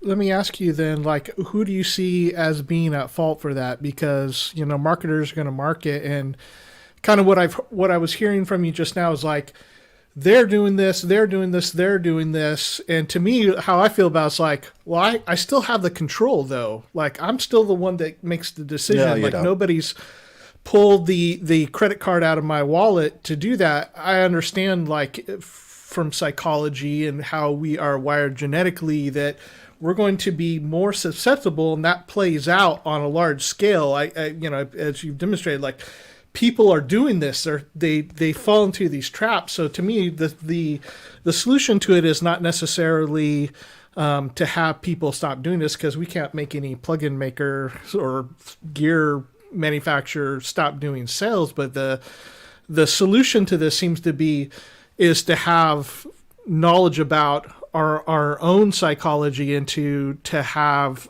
to be practicing self-control. That seems to be the way out of this.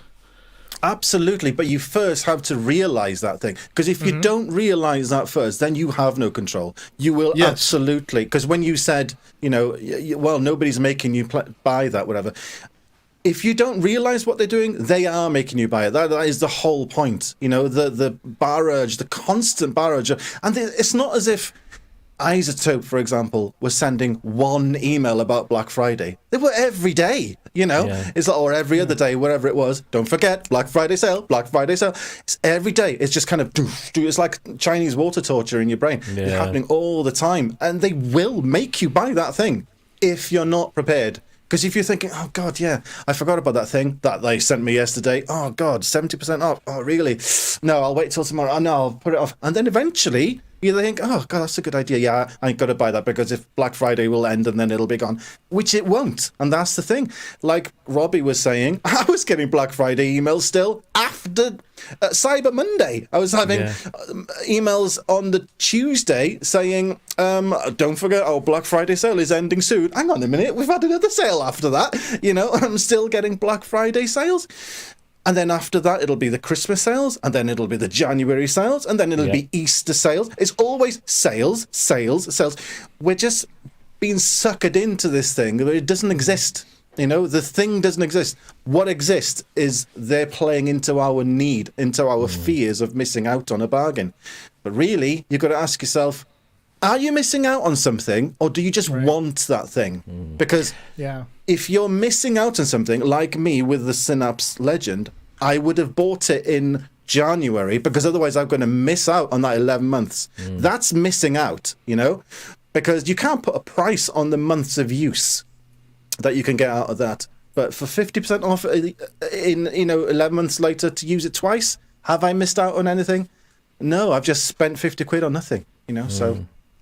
But I mean, I used to work in high street retail many years ago, and it's this sort of thing is nothing new. It just didn't have the Black Friday name on it. It was always something, whether it was a January sale or a spring sale or an autumn sale. There was just sales all the time, and there were lots of rules and regulations. I don't know what it's like around the rest of the world, but certainly here in the UK, you can't put something on sale if it's not genuinely a lower price than something else that's been at that price for a certain period of time.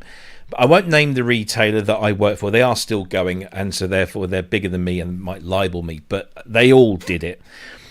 In London, there's a street called Oxford Street, as many of us will know, and it is kind of ground zero for all the big retail high street stores. They have their flagship stores on Oxford Street in London. And what will happen, mostly on Oxford Street, but sometimes there are other stores in different areas, the retailer will put the item on sale in that store only for a period, for that qualifying period. So let's say it's a month. So they'll take your, I don't know, Sony Walkman and put it on sale for 1 month in the Oxford Street store. So it's normally £50. They've got it on sale for £30, and everyone else is selling it for the other price. And then that gets them out of this legal loophole, because even though it's not been available across the whole country, it was available in one store at a certain price at a certain time. So they might make something more expensive, and therefore they can say that when they put it out for £50, well, actually it was £60 before. Well, you've always been selling it for £50, and if they took us to court, they would say, well, we had it on sale in our London Oxford Street branch at this price for this amount of time, and that gets us out of the thing. So there's all of these different tricks that they're playing on you to convince you that whatever it is you're buying is a bargain.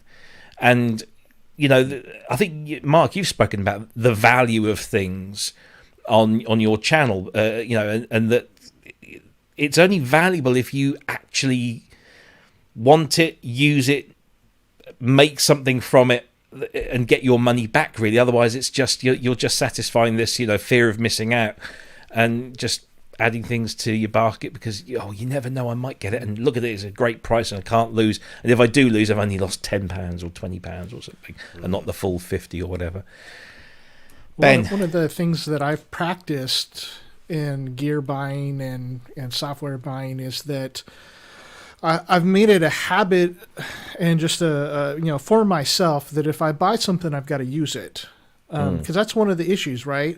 Is it puts us into a cycle of buying and buying and buying, and then we end up with, a closet full of gear or a plugin folder full of gear of plugins. And the thing is, like, if you use it, you start training yourself to consider, is this going to be useful to me? Am I going to get my money out of this? I have to be responsible for it. One of the things that I did, one of the ways that I practice this also, or a variant of this, So more recently, like I put up all sorts of random music on my YouTube channel, and it doesn't really reflect like the music that I'm most passionate about. But I'm exploring other types of styles, and it gives me an opportunity to try the plugins that I buy and put them into to use. So make sure, and I'm finding out what they do and how they can get into my workflow and if they're going to be valuable. But one of the things I did is I'd not had a lot of money in my adult life, and I'm doing better than I ever have. But for most of my life, especially working as a musician, like I didn't make a lot of money. I survived. And so the thing is, like, if I bought hardware, so whatever it was, a synthesizer or pedal or whatever, if I bought that pedal, I knew that I couldn't just keep it if I bought it. Like if it was going to work and it got onto my pedal board and it got into my recording rig or whatever and I used it, then great. But if not, I had to sell it. I couldn't just keep collecting stuff. One, I didn't have the space for it. And two, I didn't have the money to keep investing in the gear. So the rule that I had for myself was, if I'm not going to keep it, I have to sell it. And so then I'm going to have to go to eBay or Reverb and do that. And I hate doing that. I really hate selling stuff. Yeah, I hate... it bothers me because then I have to deal with people that are stupid and that don't know how to use it. And, I think there's something wrong. Like, well, you're plugging it in wrong or whatever it was. Like, I hate dealing with that. And so that was one of the things that I would, focus on. Like, okay, if I'm going to buy this piece of gear, is it worth me having to sell it later? And so, pedals, it didn't work as well because I'm like, yeah, I can do it. But then when it get to, guitars or keyboards or amps or whatever, then it's like, man, that is going to be a giant pain in the ass to ship. So maybe I'm going to skip out on that one, or at least think about it for a while longer. Yeah. But just my main point is, like, what kind of practices are you putting in place for yourself so that you're not falling into those traps? Because, as you guys mentioned, like, FOMO is like a real thing, Yeah. We all get that. If you're watching this show, you probably have FOMO all the time. Like, look at that thing. Look at that reverb. Look at that new synth. Like, that's part of the thing that we do. So we have to have things in place so we don't cross boundaries, and so we don't put ourselves in financial jeopardy, or just to have practices in place that we use the things that we have. Zaffin was saying about we need to use the things that we have so that we are healthier musicians, mentally. Yeah, absolutely. And my thing with Black Friday is that I know what I want at any given time. So I want this plugin or I want that synthesizer, and if it comes up for sale, then great, because I've been tracking that price for a while, and maybe it's been £14.99 or £50 or whatever. And if on Black Friday they actually offer me 50% off of that price, and it's something I've been wanting for a while, then I believe that that's a justifiable purchase in my eyes, because I'm getting 50% off the thing that I actually wanted, that I want to use, rather than going through all of these emails thinking, I might want that, but it's only on offer till the end of the week. And then, I'll buy it because, again, fear of missing out. Thankfully, I don't do that thing. If it's like the Harrison Mixbus 32C, I've been thinking about buying that for some time, and then it came on offer, and I thought, it was a really good offer, because not only was it heavily discounted, but they threw in a complete video course on how to use it. And then for me, that's a no-brainer. And I don't think maybe I have fallen into the Black Friday trap. I don't believe I have, because it's something I wanted, and I'm going to get benefit from it, and there was added value to it as well. But I think fundamentally, though, it's sorry. No, go ahead, Buck.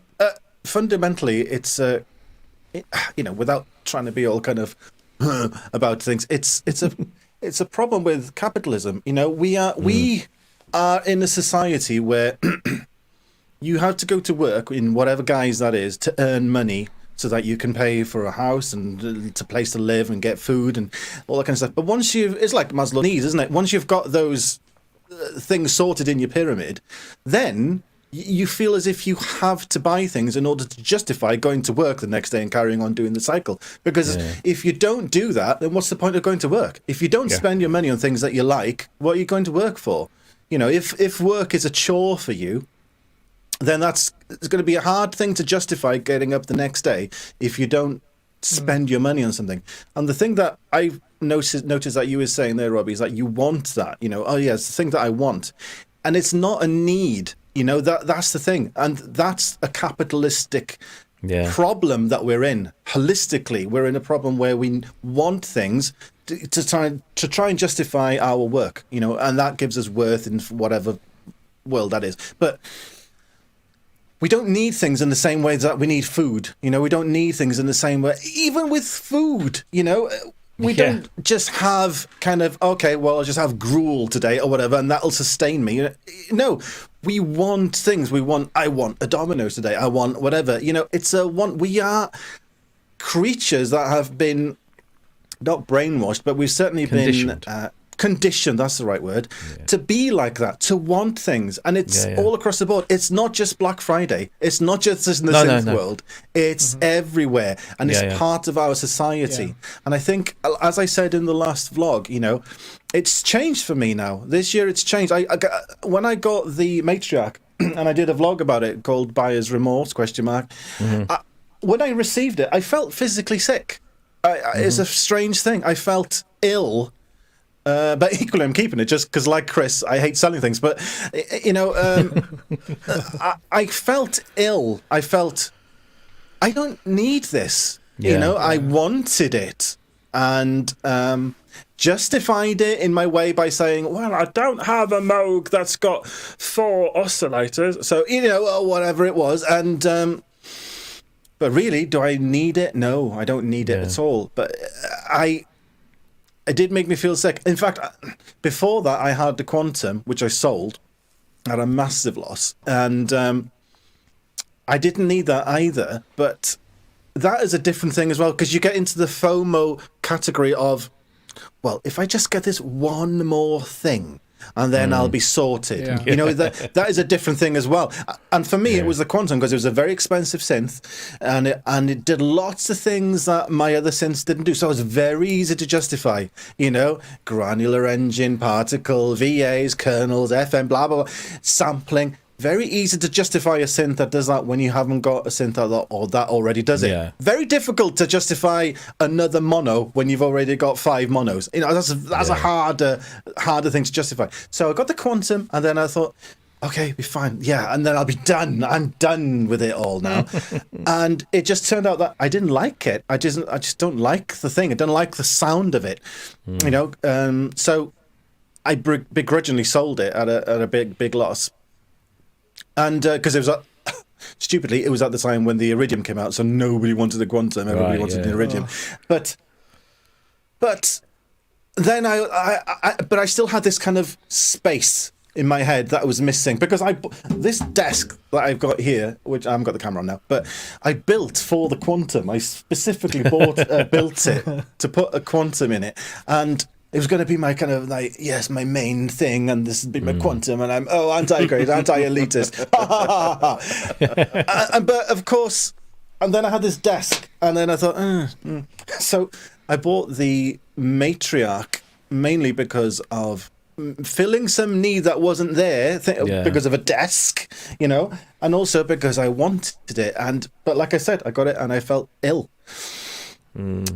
That's not a good place to be in. So since then, I've changed. I know that all the Black Friday sales now, I was just like, oh, what? Delete. Even doesn't matter how ridiculous the discount was. It was like, delete. Don't need it. I mean, I don't need it at all, and I don't really want it either. But no. So for me, it's very much changed to something that I need. Yeah. And to be honest, the only thing that has got my eye now, which has nothing to do with synths or anything, is the Launchpad Pro Mark III.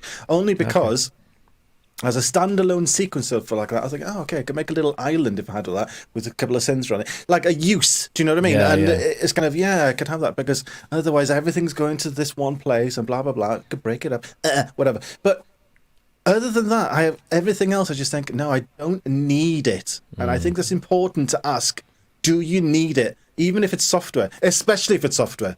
Because software is easy to put out of sight, out of mind, isn't it? Yeah. Just like I said in the vlog where I nearly bought those audio things again. Yeah. I already had them. It's just, you've got to ask yourself, do you need it? I think. Yeah. Yeah, it's a funny one. I've kind of got myself into a habit now where if I want something or I think I need something, I will put it on a list in my head, and it will stay there. And if it keeps coming back and I keep having an experience that says, if I had that, I could have done this better, or I could have done... I've basically imposed like a buffer zone. So in the past, I would have just said, yeah, I really want that Eiler Instruments S2400. Do I need it? Probably not, but I really want it. And I would have gone out and bought it, whether I'd paid for it cash or put it on credit or whatever, because I really, really wanted it.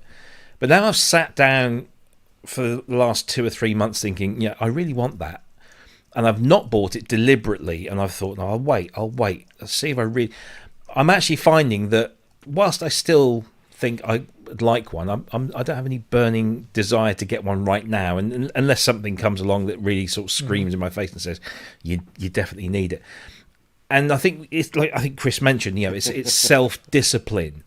It's learning to not just go for it. And Ken, shut up. Ken Flux Pierce. Well, it's going on about the S2400 and its needs. So don't need that. But no, I really would like a lot of things. But I impose like this kind of time limit, and I just say, look, I'm going to wait, and if I still want it in a couple of months, then I'll go for it, or maybe I'll wait a little longer. I think that's a very easy way to discern whether you want or need something. Yes. If you're saying to yourself, oh, I'll just wait, I'll see what it's like in a couple of months, you probably don't need it. If you needed it, you'd have to have it now. God, I need that thing. Because if I don't get that thing, I can't carry on with this thing that I want to do. But if you can delay it and think, maybe, then that's a want, definitely. Most definitely, for sure. Well, one thing I think we got to do with this, because at the first step of this, and why I liked your video so much is that it brings awareness that there's a problem, because we're talking about it and it's on our minds, but not everybody is aware that this is happening or that they're falling into these patterns. But we got to also be careful to say, you don't just take away the thing that you want. You don't just take away that dopamine hit of buying something without having something else there in its place. To tell a story, I had a roommate when I moved out here. We had an apartment, and we were both doing master's degrees college. And so I watch him writing papers. This guy was brilliant, and he had just an incredible hard work ethic to him. And the thing is, he would go for 2 hours on his paper, and then he'd go out into the balcony and chain smoke for 20 minutes, and he'd go back in. Well, the problem was that when it came to quitting cigarettes, he couldn't. And I'm like, well, you've not replaced it with anything. You go out there and part of your cigarette time is not just nicotine. It's thinking through what you've just written and going to reset. And so there was nothing there to give him what he needed. And so I think it can be for us too. We love the dopamine hit of, buying that new thing. That's great. That's okay. And there's times when that's good, but we don't want to have that feeling that Mark was talking about with, I felt bad after buying that, because it can lead to that as well. So one way to do this is that if we can still get some sort of dopamine hit off of this, and it's to put into practice something. So instead of buying something, if you don't need it, is to go and to learn something really well that you do have. Or if you do buy something and you end up, I want to get this piece of gear, I want to learn to use it so well that the dopamine hit is not from buying it, but is from mastering that plugin or that piece of gear. And I think it would really reset your mind. And that's what I'm trying to work hard at that. But the problem is that it's hard work, right? Yeah. Because you have to go down the rabbit hole on something one thing I like about making sound sets is that it really puts me in front of a synthesizer that I have to go down the rabbit hole with. I have to learn all the nooks and crannies of it to make something that's really great. And I want to know exactly what its limits are. But then even when I finish it, even if it's something like the Micro Freak, like it gives you that satisfaction.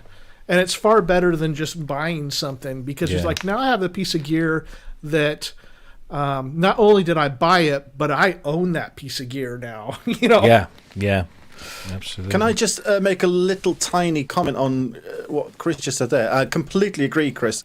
The one thing that changed in my mind, though, was researching dopamine. We don't get the hit from buying the thing. Dopamine is not a thing that you get after you've done it. It's the want mechanism. When you want something, that's dopamine. Dopamine is telling you, you want this. Just like, oh, I want that Domino's, for example, for me.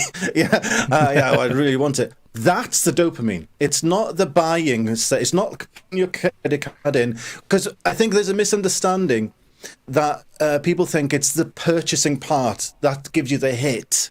But it isn't. It's the previous to that bit is the dopamine. The dopamine is saying to you, you want this. So when I realized that through research, I kind of thought, so I recognize that now. So whenever I feel I want something, I just say it out loud. That's the dopamine. I say it out loud. That's dopamine again. And it's because a funny thing happens, like in a feedback loop. When you say something out loud, you hear it in your ears. It goes into your brain in a different way to just thinking. It's like somebody said it to you. And then you kind of snap out of it. It's like, oh, right, yeah, it is that. It's like, okay, that's dopamine again. You want these crisps. I want those. That's not hunger. I'm not hungry, but I want those things. That's dopamine. So dopamine's telling you, get this thing, because you know you've had this before and it made you feel good. That's the want part of it. Once you break out of that and realize it's a lot easier, because the buying bit, it's too late by that point, because you've already given into dopamine and you've bought it and you're thinking, oh, yeah, that dopamine made me buy it right then, that point there, or when I receive it, I've got the dopamine. Of course, more often than not, you receive the thing, there's no euphoria. It's not kind of, oh, I've got whatever the thing is. That's you're not getting it then. It happened way before then. It happened leading up to the point. The whole want part is the dopamine thing. And we need to recognize that. Let's take it one step further then. Given that, how would you suggest people retrain their brains to want the right thing? You know what I'm saying? Like, so you're talking about wanting a piece of gear. How then do we then get focused on, I want to become a great musician. I want to use my gear really well. How do we go about doing that? It's a tough one in the online world, because we're always bombarded by things. You know, whether they're YouTube videos or people reviewing things, whether they're groups where people are constantly posting images of gear and stuff like that. Until you can filter out the dopamine aspect, you're in unsafe territory. You know, don't go online until you can recognize, all right, that's dopamine. And I like, for example, Alex Ball released a video yesterday, the day before, about 5 polysynths, and great video. And yes. But in it, normally, I mean, go back 6 months ago, I'd be like, oh, yeah, I want that. Yeah, I want that. Yeah, I want that. I want, you know, oh, God. And then I'd be in what I would normally do is kind of be, but which one should I get first? You know, like, because it's too late for me at that point. I've already decided I want something. So the dopamine has already worked its way into my brain. It's done. You know, it's done its job of saying, yeah, you want this, don't you? Yeah. And now I'm in the deciding phase of things. So now I'm already owning the fact that I want this thing. I've accepted my downfall already, you know, so I'm like, which one? And then I'd be looking at researching things, and then you're just feeding that then. So okay, so let's say using Alex Ball's Alex Ball's I can't say that without laughing now. Not using Alex Ball's, using Alex's video as a starting example. Sorry, Alex, if you're watching this. I would then follow it up by researching every single one of those synths that I was interested in. Let's say the Hydra synth, the Super 6, and what else? let's say the Summit. Okay, let's, for the sake of argument, I'd research all of those, and I've lost track of why I'm doing it now, because I've justified it to myself that I need to pick one of them now, because I need to pick one of them. So, I mean, it's too far down the rabbit already, because I'm in the research phase. And once you're in the research phase, then it's just a matter of time going to get into the purchase phase. And then that can either say to yourself, oh, okay, I'll wait for the sales, which is what this whole thing was about, the Black Friday sales. But the point happened way before then, when you allowed dopamine to say to yourself, you want one of these, So what I would suggest is, if you're one of those people and you want to cut back, a lot of people don't. A lot of people are happy to do that kind of stuff. And because, like I said, we live in a capitalistic world where people do want to feel as if they can justify having to go to work every day and earning all this money, so they need to spend it on something. And that's absolutely fine. I've got no problem with that at all. If you're happy doing that, fine. It's not for me. It makes me feel ill.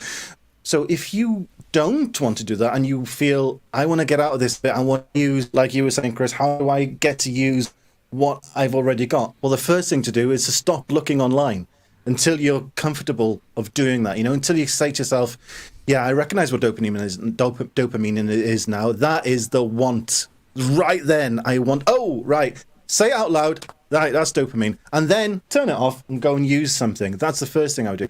Once you get used to recognizing the dopamine thing, and it happens with food as well, then you're safer to go into places, online spaces, pizza places, whatever it is. You're safer because you have the mechanisms to control that, because it's a want thing, and dopamine's trying to make you do that thing. So that my advice would be, keep off online for a good couple of weeks until you realize these things. Use what you've got. Get back into using those things. And do you know, one of the things that I did when I did those Why It's Good videos, I've got 2 at the moment. I've got the 2 and the mini log there. They're doing things like that where you're just having one synth and you're focusing on it for a couple of weeks. It's a fantastic way of not only relearning it, but getting in deep with the synth and kind of go, oh yeah, it does that, and I forgot it could do that, and all of a sudden, I don't need to go online to look for other fulfillment things for dopamine to go into my eyes again. I can just use these things that I've already got. But it's a tough one. But you first have to recognize that it's not you, it's dopamine, and dopamine is the want part. That's the thing that's crucial, I think. We're complex creatures, that quite badly, mate. Yeah. It's exactly like Mark said. It's you get that little idea, or maybe it's just like you're bored and you go on to eBay or Reverb or whatever and start browsing, and then the next thing you're doing serious research on something, and you turn around and it's in your studio, like mysteriously. I wish it did work like that. But like, has Vicky been buying stuff for you? Well, I did say when I got the Hydra synth, I said I'm not buying anything else now until I know how to work it inside out, and I've hardly spent any time with it, to be honest, and I've stuck with it. I haven't bought anything else because I bought that when it very first came out, and apart from the odd like reverb here and there and what have you, I haven't really bought anything, and I do want to get into the habit of, like Cryss was saying, it is, instead of buying something new, see what you're missing out on in what you've already got. Like it does this do a lot more than what I'm making it do, and it might satisfy that need that you think you've got about needing a new piece of gear. No, it's very good. Yes, I say we are complex individuals with complex chemistries that make us do wild and crazy things. Yes, indeed. It's this is Synth Psychology 101. I'd just like to say, I'm not a doctor, I'm not a psychologist or anything. These are just things that I've personally found out and researched myself. So don't take my word for it as gospel or anything like that. No. Well, spot on to me. But it pretty. I think it's pretty much agreed that. I mean, that, like you say, I suffer from that want thing. But I try ever so hard to keep it in check. I can pick out 2 or 3 thick pieces of gear that I can look at here that I really, really, really, really, really wanted, and when I got them, they're just like sitting there gathering dust and not really doing much, and then I feel bad, and I think, oh, do I want to sell it? But then I think, oh no, actually, maybe I might use it at some point in the future, and so I don't sell it, and so yeah, I don't even make the money back on it. So Yeah, I like to think of dopamine as, you know, the angels on the shoulder analogy. Yeah, You've got like yeah. an angel. So I like to think of dopamine as the devil on your shoulder whispering in your ear saying, you want that. And that's why when I hear that, I'll say out loud, go away, dopamine. And so I'm saying that to it as if it's a thing. You know, I make it into an entity, and that helps a lot. Yeah. Just thank you, go Wagyu. away. Yeah, absolutely. Thank you, Wagyu, for your... Wagyu's just given in to his dopamine. He wanted to give us that £5, and we take it from him very gratefully indeed. Thank you.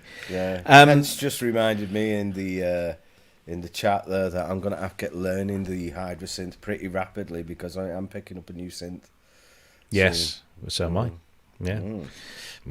More on that later. Not tonight, anyway. I also did want to, because you mentioned it, and I did want to highlight it because it is a good video. Alex Ball's latest offering, which is 5 polysynths. Which should you buy? And I hope I've queued this up at the right piece, because I'm sat here and he lists the 5 polysynths that he wants to discuss, and then he says, hopefully, this. Now, I am aware that there are more than those 5 polysynths on the market, but please understand that I can only demonstrate synths that I actually have. So the comment you're going to write about the Polybrute, don't you dare, I'm watching you. Right, and it felt like he was talking right to me, because my hands were poised above the keyboard. It was one of those moments where, you know, when somebody on the telly is talking right at you. It was that moment. But yes, it's a really good video. I mean, I've got none of these, and I want at least 2 of them. Do I need them? Probably not, but I want 2 of them.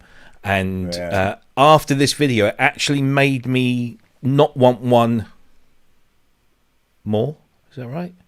Yeah, made me want it less. Yeah, because I'm doing my double negative thing here. I wanted it less, and I wanted the other one more. More better not. More better not. Yeah. So, yeah, thank you for. I mean, I didn't want an Ovation Summit. I don't want an Udo. I really. Am I alone in saying that every time I hear the Super 6, I just doesn't do it for me. I don't know. There's something about it. It's not quite. But I still want that Prophet 10, and that's the one I really want more after watching this video as well. But I love my Polybrute, and no. So to add to that one, yes, Polybrute's a polysynth you should buy. No, that's upset somebody in the chat, but there you go. It's what I live to do. It's what I live to do. Oh, excuse me. Well, I've never tried a Polybrute, but the Matrix Brute is pretty impressive. I could try and bring it with me next weekend, but then my car's going to be a bit full. I'll borrow it for a few months. Like, no. Yeah. Oh. No, you're not having that. No, yeah, that's a really good video. Just thought, we'd say that. And talking of videos, of course, we mustn't forget that, of course, Mark here has his own wonderful video channel, Zaffin Music, where you can pick up all of his vlogs. Of course, you can support Mark and get some extra content by going to his Patreon channel, subscribing there. And you get fireside chats, and you get early stuff, and you support him in doing what he does. But for those of us who are tight-fisted, no, I keep meaning to do it, and I never do. All of the videos are on here, and there's some really, really interesting topics, and some very controversial ones as well. But we won't go there, unless you want to go there. But there's some great content on there. I mean, the topics that you're addressing are topics that nobody else is doing, which is what I think makes you stand out. And I will always watch it. And of course, it's the stupid thumbnails as well. I want to say the funny thumbnails, and the faces you put. I want to know. Terrible thing to say about his face. Did you like put the camera on? Just like repeat and then just go and pull all these faces. I just pressed record and then did that. Yeah, and then I just took stills. Yeah. Sport the illusion there. But no, there's some really great content on there. What's coming up next on your channel? Anything? Next one. Yes, I'll be recording the next vlog tomorrow, so my Patreon supporters can see it tomorrow. It's going to be social media, music, and depression. And this was spurred on by the fact that I was absolutely, totally addicted to Facebook for quite a long time. And, well, as you know, Robbie, I just went and deleted all my friends as a measure, thinking that'll solve things. And then, no, it didn't. So there was a lot of introspection that went on in that in those 2 weeks, and came back to it. And so it's going to be about that and how I got to that stage in the first place and how I got back round. But I look forward to that. It's never a happy subject whenever you put depression in the title. You know, social media, music, and depression. People think, oh, here we go. I don't want to watch that. So I might call it something else. Yeah, like, we need a new word free for depression. Polybrutes, click here, or something like that. Right. Oh, see, that's why I've not done a video about self-control. Like, that will get a lot of views. Yeah, exactly. We do need a new name for depression, don't we? Because there is such a stigma attached to that word. Maybe should I call it mental health or something like that? I don't know. But then I think any word that we still... Going back to our synth psychology stuff, I still think there's still a great stigma attached to mental health, that any word that's used to describe it has negative connotations. And I really, as someone who has suffered from mental health issues, when you say to someone, I've suffered from clinical depression, or I suffer from anxiety, people go, depression, oh, just go out, have a few beers and listen to some music and cheer yourself up. Or if you're anxious, well, what are you worrying about? Well, stop being anxious. Yeah, stop being. No, that it were that easy. But yes, I think it's nice that you're actually doing that though. So I think that's good. Maybe refer consider to it as Mojo or something. Mojo. What I think though is like, well, you might not want to use the word depression. That's not me saying that. That's repeating. But I don't know. I think maybe you should, because like I know there's a whole lot of other like super positive stuff out there, and it's good for some situations. But for something like this, not that you would title it like this, but if you really want talking about depression, like people that are depressed aren't going to be looking at videos that are like live your best music life right now, kind of stuff like. But you might catch the people that you want to catch by saying depression. That would be my take on it. Like the people that really need it, because maybe not everybody. Maybe this is not going to be the biggest viewed video, but I think it could be one of the most important. And I think Sorry, carry on, Robbie. Well, I was just going to say, in our community, I think, and to coin a phrase that I'm not a huge fan of, but we are very neurodiverse in this particular community, and I think that's because people who are neurodiverse gravitate to some kind of form of artistic expression more than others, whether it's visual arts or audio arts or whatever. So there is a large community of people within this community who suffer from mental health illnesses or neurodiversities. I don't say you suffer from a neurodiversity, you have one. You have to be so careful now with language, don't you? But you know what I mean. I think it's good that it's addressed, because I think it's definitely there. It's definitely there. Sorry, Mark, you were going to say.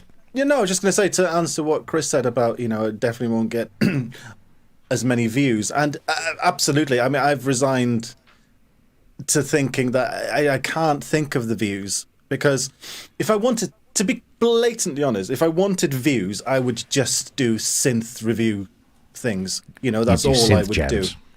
No, I wouldn't do synth jams. I'm going to get less reviews then. But for example, the Rev 2 Why It's Good video now that I've done, that's had over 5,000 views, purely because people are searching for the Rev 2. Nobody's searching for as much maybe as music and depression. That's just not the thing that people are searching for. People are searching for gear because they're hooked on buying gear, and so they want to research the gear, and that's what they do. So if I wanted views, my channel would just be synth reviews. That's all it would be, and that's where I'd get views. Would I get anything good for me and my soul? Probably not. Well, definitely not actually. But no, I think you can't. I take the Black Friday vlog for example. It's my least performing video. It's like 200 and something views. But it doesn't matter because that's something that I wanted to say, and I said this in the vlog. I don't know, 3 months ago, something like that. More maybe when I was doing daily vlogs to start off with, and then I just said, I can't do these all the time because I feel as if I'm making filler. I feel as if I'm just making content, and I'm only going to do a video when I feel as if I've got something to say, and obviously I've got something to say every week. So it just happens to be that on a weekly basis, it's a lot easier for me to just I'm going to say something, going to make a video about something I want to say, and that way it has meaning to me, and obviously yes, some of them have been controversial, like you said, like the Synth Jam ones and the Behringer one, but it doesn't really matter because that's what I wanted to say, and I wasn't making them for effect, and certainly clearly I didn't do that for my own mental health, that's for sure. But I think it's important that you say something that you have to say in anything, whether it's music or a vlog or anything, as long as it's your truth, whether it's, like I said, music or whatever you're saying or writing, if it's your truth, then it shouldn't really matter about the views, And I can't worry about the views because if I did, I would go insane because I would have to be doing synth reviews all the time. Yeah, no, I completely get that. I mean, I had this obsession with subscribers for this thing because I just felt that we needed more and just how do we get them? And then all of a sudden it happened, and now we can't seem to stop getting people subscribing, which is really nice. And the numbers keep... Stop subscribing! No, not at all. Keep subscribing. If you haven't already, the button's down there, hit it. But no, I kind of got this obsession with we must have more subscribers. Why have we not got more subscribers? We need more subscribers. And then we had this little push as we got close, and we went over the edge into the 1,000, and I'm kind of happy now. Just at least this thing is now starting to work for us. It feels like we've kind of crossed a bridge, shall we say? Anyway, listen, Mark, it's always a pleasure. I mean, we talk quite often. Whether it's here or off air, and I always enjoy it and come away feeling a little inspired sometimes and a little, what's the word, at ease, I think. Tired. Yes. Tired too, yeah, and I have hot drained. ears as well. Yeah, no, not at all. I always enjoy our chats, and you are. Oh, hang on, my mic, is it my headphones or my microphone that's gone funny? No, it's my headphones. Yes, yes. So you're always welcome. Please do come back again. Of course, anytime. So we'd love to have you. And we should look out for your new video on your channel. If you want to go and look at his channel, it is Zaffin Music on YouTube, and of course the Patreon as well, which is patreon.com/Zaffin Music. You can subscribe there and make a small monthly contribution, and that will encourage him, like a little monkey, to do more for you. Yes, indeed. Anything exciting coming up in your world apart from a new vlog, Mark? Anything fun? Yes, working on some new music and also working on the Machina Plus. Okay. It's something I mentioned about doing before, months ago, about doing a Machina Plus series of videos, just because the videos that are out there, they're kind of disjointed and they're all over the place. And when you first get a Machina Plus, if you haven't read the manual, forget it. Some of the things just don't make any sense at all. It's just like, what? Why is that called that? Why is that doing that? And things like that, which are totally illogical.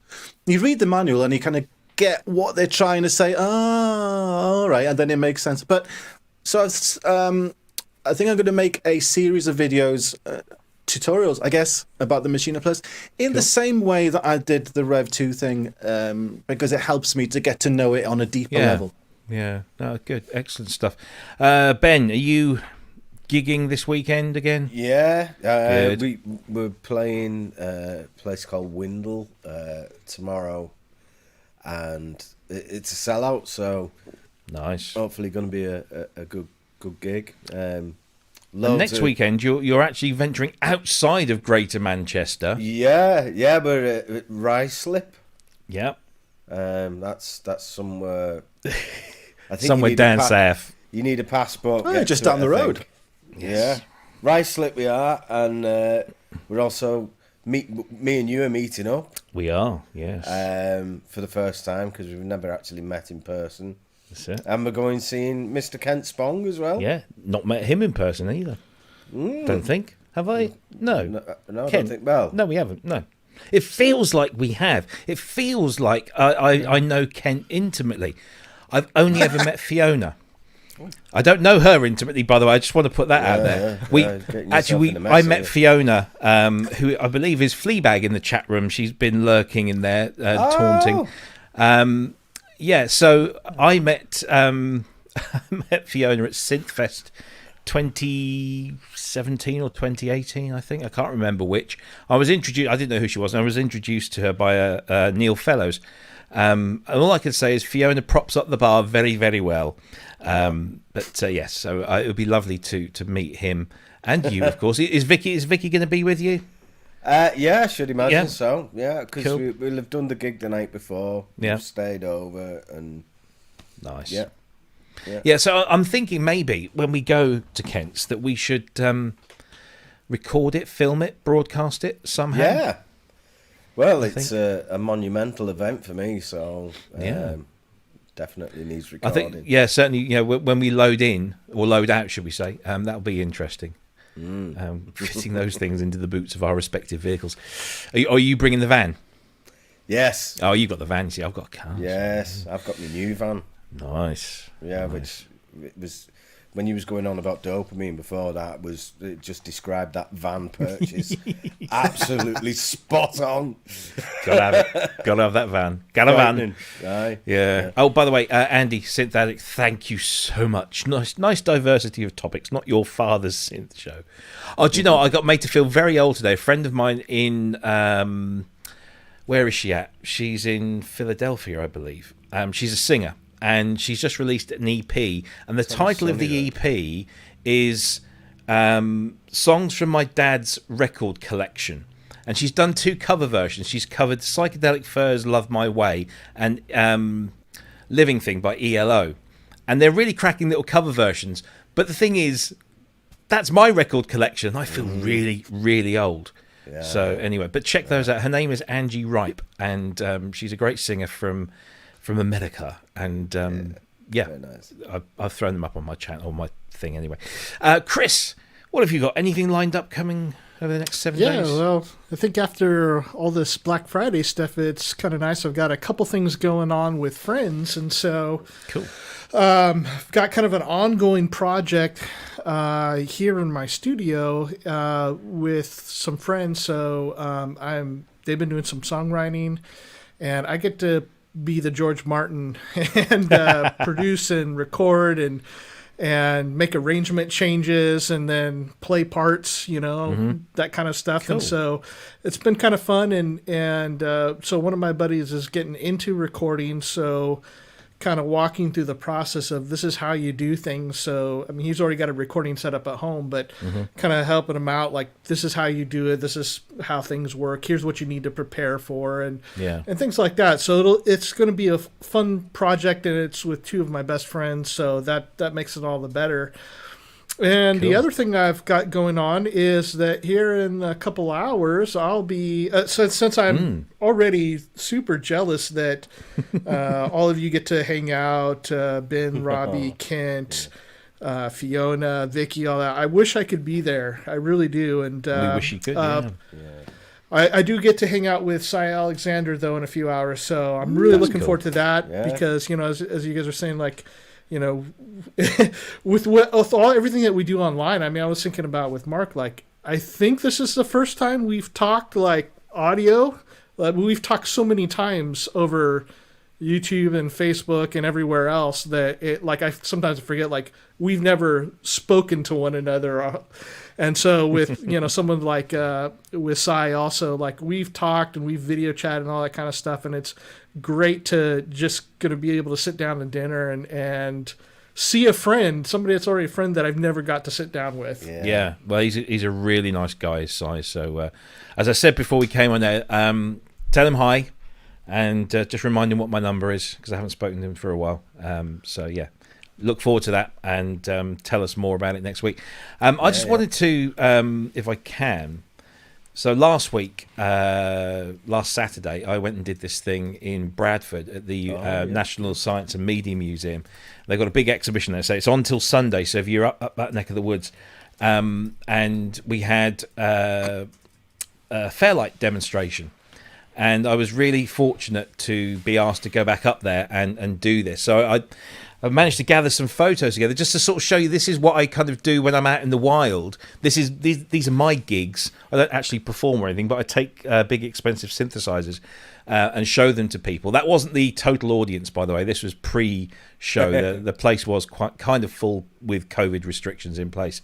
And yeah, so we managed to get this Fairlight all the way from here to the north of England, and then I was joined by this guy with somebody pointed out, did somebody write the letter B on his forehead in sunscreen? But it's just because he's standing in front of the projector. This is Robin Scott. And so a lot of people might not know who Robin Scott is, but if you remember the song Pop Music from 1979, then I think it was released a few years later in a remix form. He's also done stuff with this guy Ryuichi Sakamoto. That's Robin on the left or right, I can't remember which. He's a really fantastic musician and used to own a Fairlight and donated it to this museum. And the ironic thing is they're not allowed to power that one up, so they wanted me to bring one all the way up from the south of England so that they could have one that was working. But yeah, Robin gave a good account of himself, of his use of the system over the years, and there's me looking rather fat and horrible, but yeah, showing people what these wonderful machines do and where they can be heard and who used them and how they were made and so on and so forth. But it was a really good day out, and I got to meet, as I said before, Jim Glue, Andrew Brooks, who I've met before, and Sasquatch, who is just like his name. He's like a big guy with, very imposing figure. So I can completely understand why he's called what he's called. But yeah, lots of fun to be had with a Fairlight. And I say, if you want to go up to the National Science and Media Museum in Bradford, there, Sonic Explorations, I think it's called, is on till Sunday, and I believe that it's all still completely free of charge. And there it is in all its glory. Hang on a minute, Robbie. Yeah. The keyboard is a controller for the actual computer musical instrument over here. Yes. Why aren't the audio outputs coming out of that? Why do they come out of the keyboard? That seems a bit of a... They don't. Straight. Oh, don't they? No. I've I've seen a lead over there. I've seen a lead over there and presumed it was an audio lead. So let's see if I can zoom in here. Right, here we go. I thought that was an audio lead over there. It's like an XLR, but it's got more pins to it. I don't know what the technical name for it, but it's a power lead that takes its power from the mainframe. And then these three little silver ports just here, that's pedals, expression pedals, sustain pedals, etc. What, on XLR? Again, on XLRs, yeah. All right. Okay. And then, what's that? I can't remember what that one is. Looks like a SCSI serial port. port. It does, yeah, but it's not. I can't remember what that is. And then these two little vertical ones. So one of these cables is from the alphanumeric keyboard that goes in, and then the other cable comes out and goes into the mainframe, and that transmits all the controller data and everything. Right. But yeah, so that's and the monitor connections are through the base of the monitor. That's the monitor. Yeah, it goes in the base, and that goes to the back of the CMI. Yeah. So yeah. What? No USB? No. Well, can we? No, I don't think we can put USB on these at the moment. We've got SCSI to SD cards. This is all running off an SD card, micro SD card, which is quite remarkable. I brought these discs along to just kind of show that these 8-inch floppy disks, but everything's running off a micro SD card on there. And it behaved. I couldn't believe how well it behaved because they don't travel well. And I got it all the way up there, unloaded it, plugged it all in, turned it on, first time. Absolutely fantastic. So I was really, really chuffed with that. Anyway, there you go. So that's... Oh, there you go. Yes, Simon has reminded me. Oh, so he managed to deign come and see us in the chat room. Nice. It is for the slave keyboard, of course. Yes, just because I don't have a slave keyboard, unlike you, Simon. I rarely reach round to that one. So there you go. That was the fail. I just thought I'd share those pictures. I was quite pleased with the way all of that went. Yeah, it looks great. I was supposed to be going up, wasn't I? With You Sasquatch, were. I think, yeah. And it just would have clashed with the gig horrifically, so I would have never got back in time. Yeah. But there you go. So, yeah, I do stuff with the Fairlight, and hopefully we'll do more of that in the coming weeks and months and years. Guys, it's been a blast. I need to go to the toilet now, so I'm going to wind up and say thank you to everyone that's in the chat room, to all of you there. Thanks for joining us. If you're watching us on catch up, so therefore you're not in the chat room, thank you for coming along out of your day and viewing us. And don't forget, if you haven't already, hit the like button, hit the subscribe button, and if you do feel like you want to hit the dislike button before the show has aired, have a word with yourself, really. Come on. Well, I'm sorry. I guess they already I'm have sorry. because it's been reversed and Oh, it's we're been at reversed. Oh, maybe they hit. 100%, All right, yeah. so maybe I'll take it back. Maybe they hit the wrong button. Somebody's going, did I hit the dislike button by mistake? Because now YouTube Me? doesn't show the number of dislikes anymore. You just click the button and you only see that you've disliked it, but we can still see. Anyway, there we go. All right. Yes, of course. As Martin says in the chat, Ranzi is on tomorrow. I think he starts an hour earlier now, so he starts instead of starting. He used to start at like 1:45 for a 2:00 show start. Now I think he starts at 12:45. And these are all UK times, by the way. 12:45 for like a 1:00 start, so a little earlier. And I like that because it means that I can listen to most of his before the footy comes on. Although Norwich aren't playing tomorrow, we're playing on Sunday. Thank you again, Wagyu. Oh, we both did it. Thank you, Wagyu, for your generous donation. So you've got Ranzi tomorrow afternoon, and then Sunday you've got Jamie at 6. You've got Dom at 7. I think the other way around. Was it the other way around? No, I thought it. No, it's I don't Dom. know. That's right. Yeah, Jamie's at 6. Dom's at 7. And then of course you've got Nick on a Wednesday with Sonic State. Is that it? I don't think there's any more at the moment, but go and watch all of those shows because they're all great, and you should. Yeah, we're all one big community, so please do. We will be back same time, same place next week with. I should be prepared for this, shouldn't I? We are. I'm so looking forward to this again. Lisa Belladonna is going to be back with us next week. I cannot wait to see and talk to her again. She's got a brand new album out as well, so we're going to learn all about that, and she's been doing some gigs recently. So the wonderful Lisa Belladonna will be back on this channel next Friday. And then I think on the 17th, we haven't got a picture yet, but literally I've been messaging as we've been on air. Yes, Dan Goldman from Rhodes Music, no less, is looking incredibly likely for December 17th, along with Kent. Oh, so superb. we're going to get to talk to him about the brand new Rhodes Mark 8, which I'm super excited about. So fingers be crossed really interesting, that'll come off. Yeah, and we're already booking people for 2022. We're booking people all through. So we might take a little bit of a rest from the guests, maybe at the beginning, just let everybody get kind of Christmas and New Year out of the way, and then we'll start bringing in some great people, and we'll get some people revisiting, because I know a lot of people like Lisa, wanted to come back. Actually, Lisa, offered to come back. We didn't ask her. She said, "Hey, I'd love to come back on the show." Right, you're in. Yeah. So lots of good stuff coming. And I forgot to show this the other day. Was this Ben? Did you show this? Was it? Or was it Chris? I can't I think it was remember. me. Yeah. Yeah, we were talking about the the JD08 boutique thing. Well, this was the original JD800 boutique, except it's big enough to fit on a Rhodes 73, but it's no longer got the dripping keys. It's had them sawed off. Look at that. That's horrible. It doesn't look great, but you're never going to get the dripping glue. Yeah. Which I just found that and I thought, I haven't shared that one. So anyway, there you go. Yeah. Thanks to everyone in the chat. Thank you to all of you guys. We're back same time, same place next week. Until then, have a safe weekend. Enjoy whatever you're doing. Stay safe and stay healthy. And we'll see you in a week's time. Bye bye.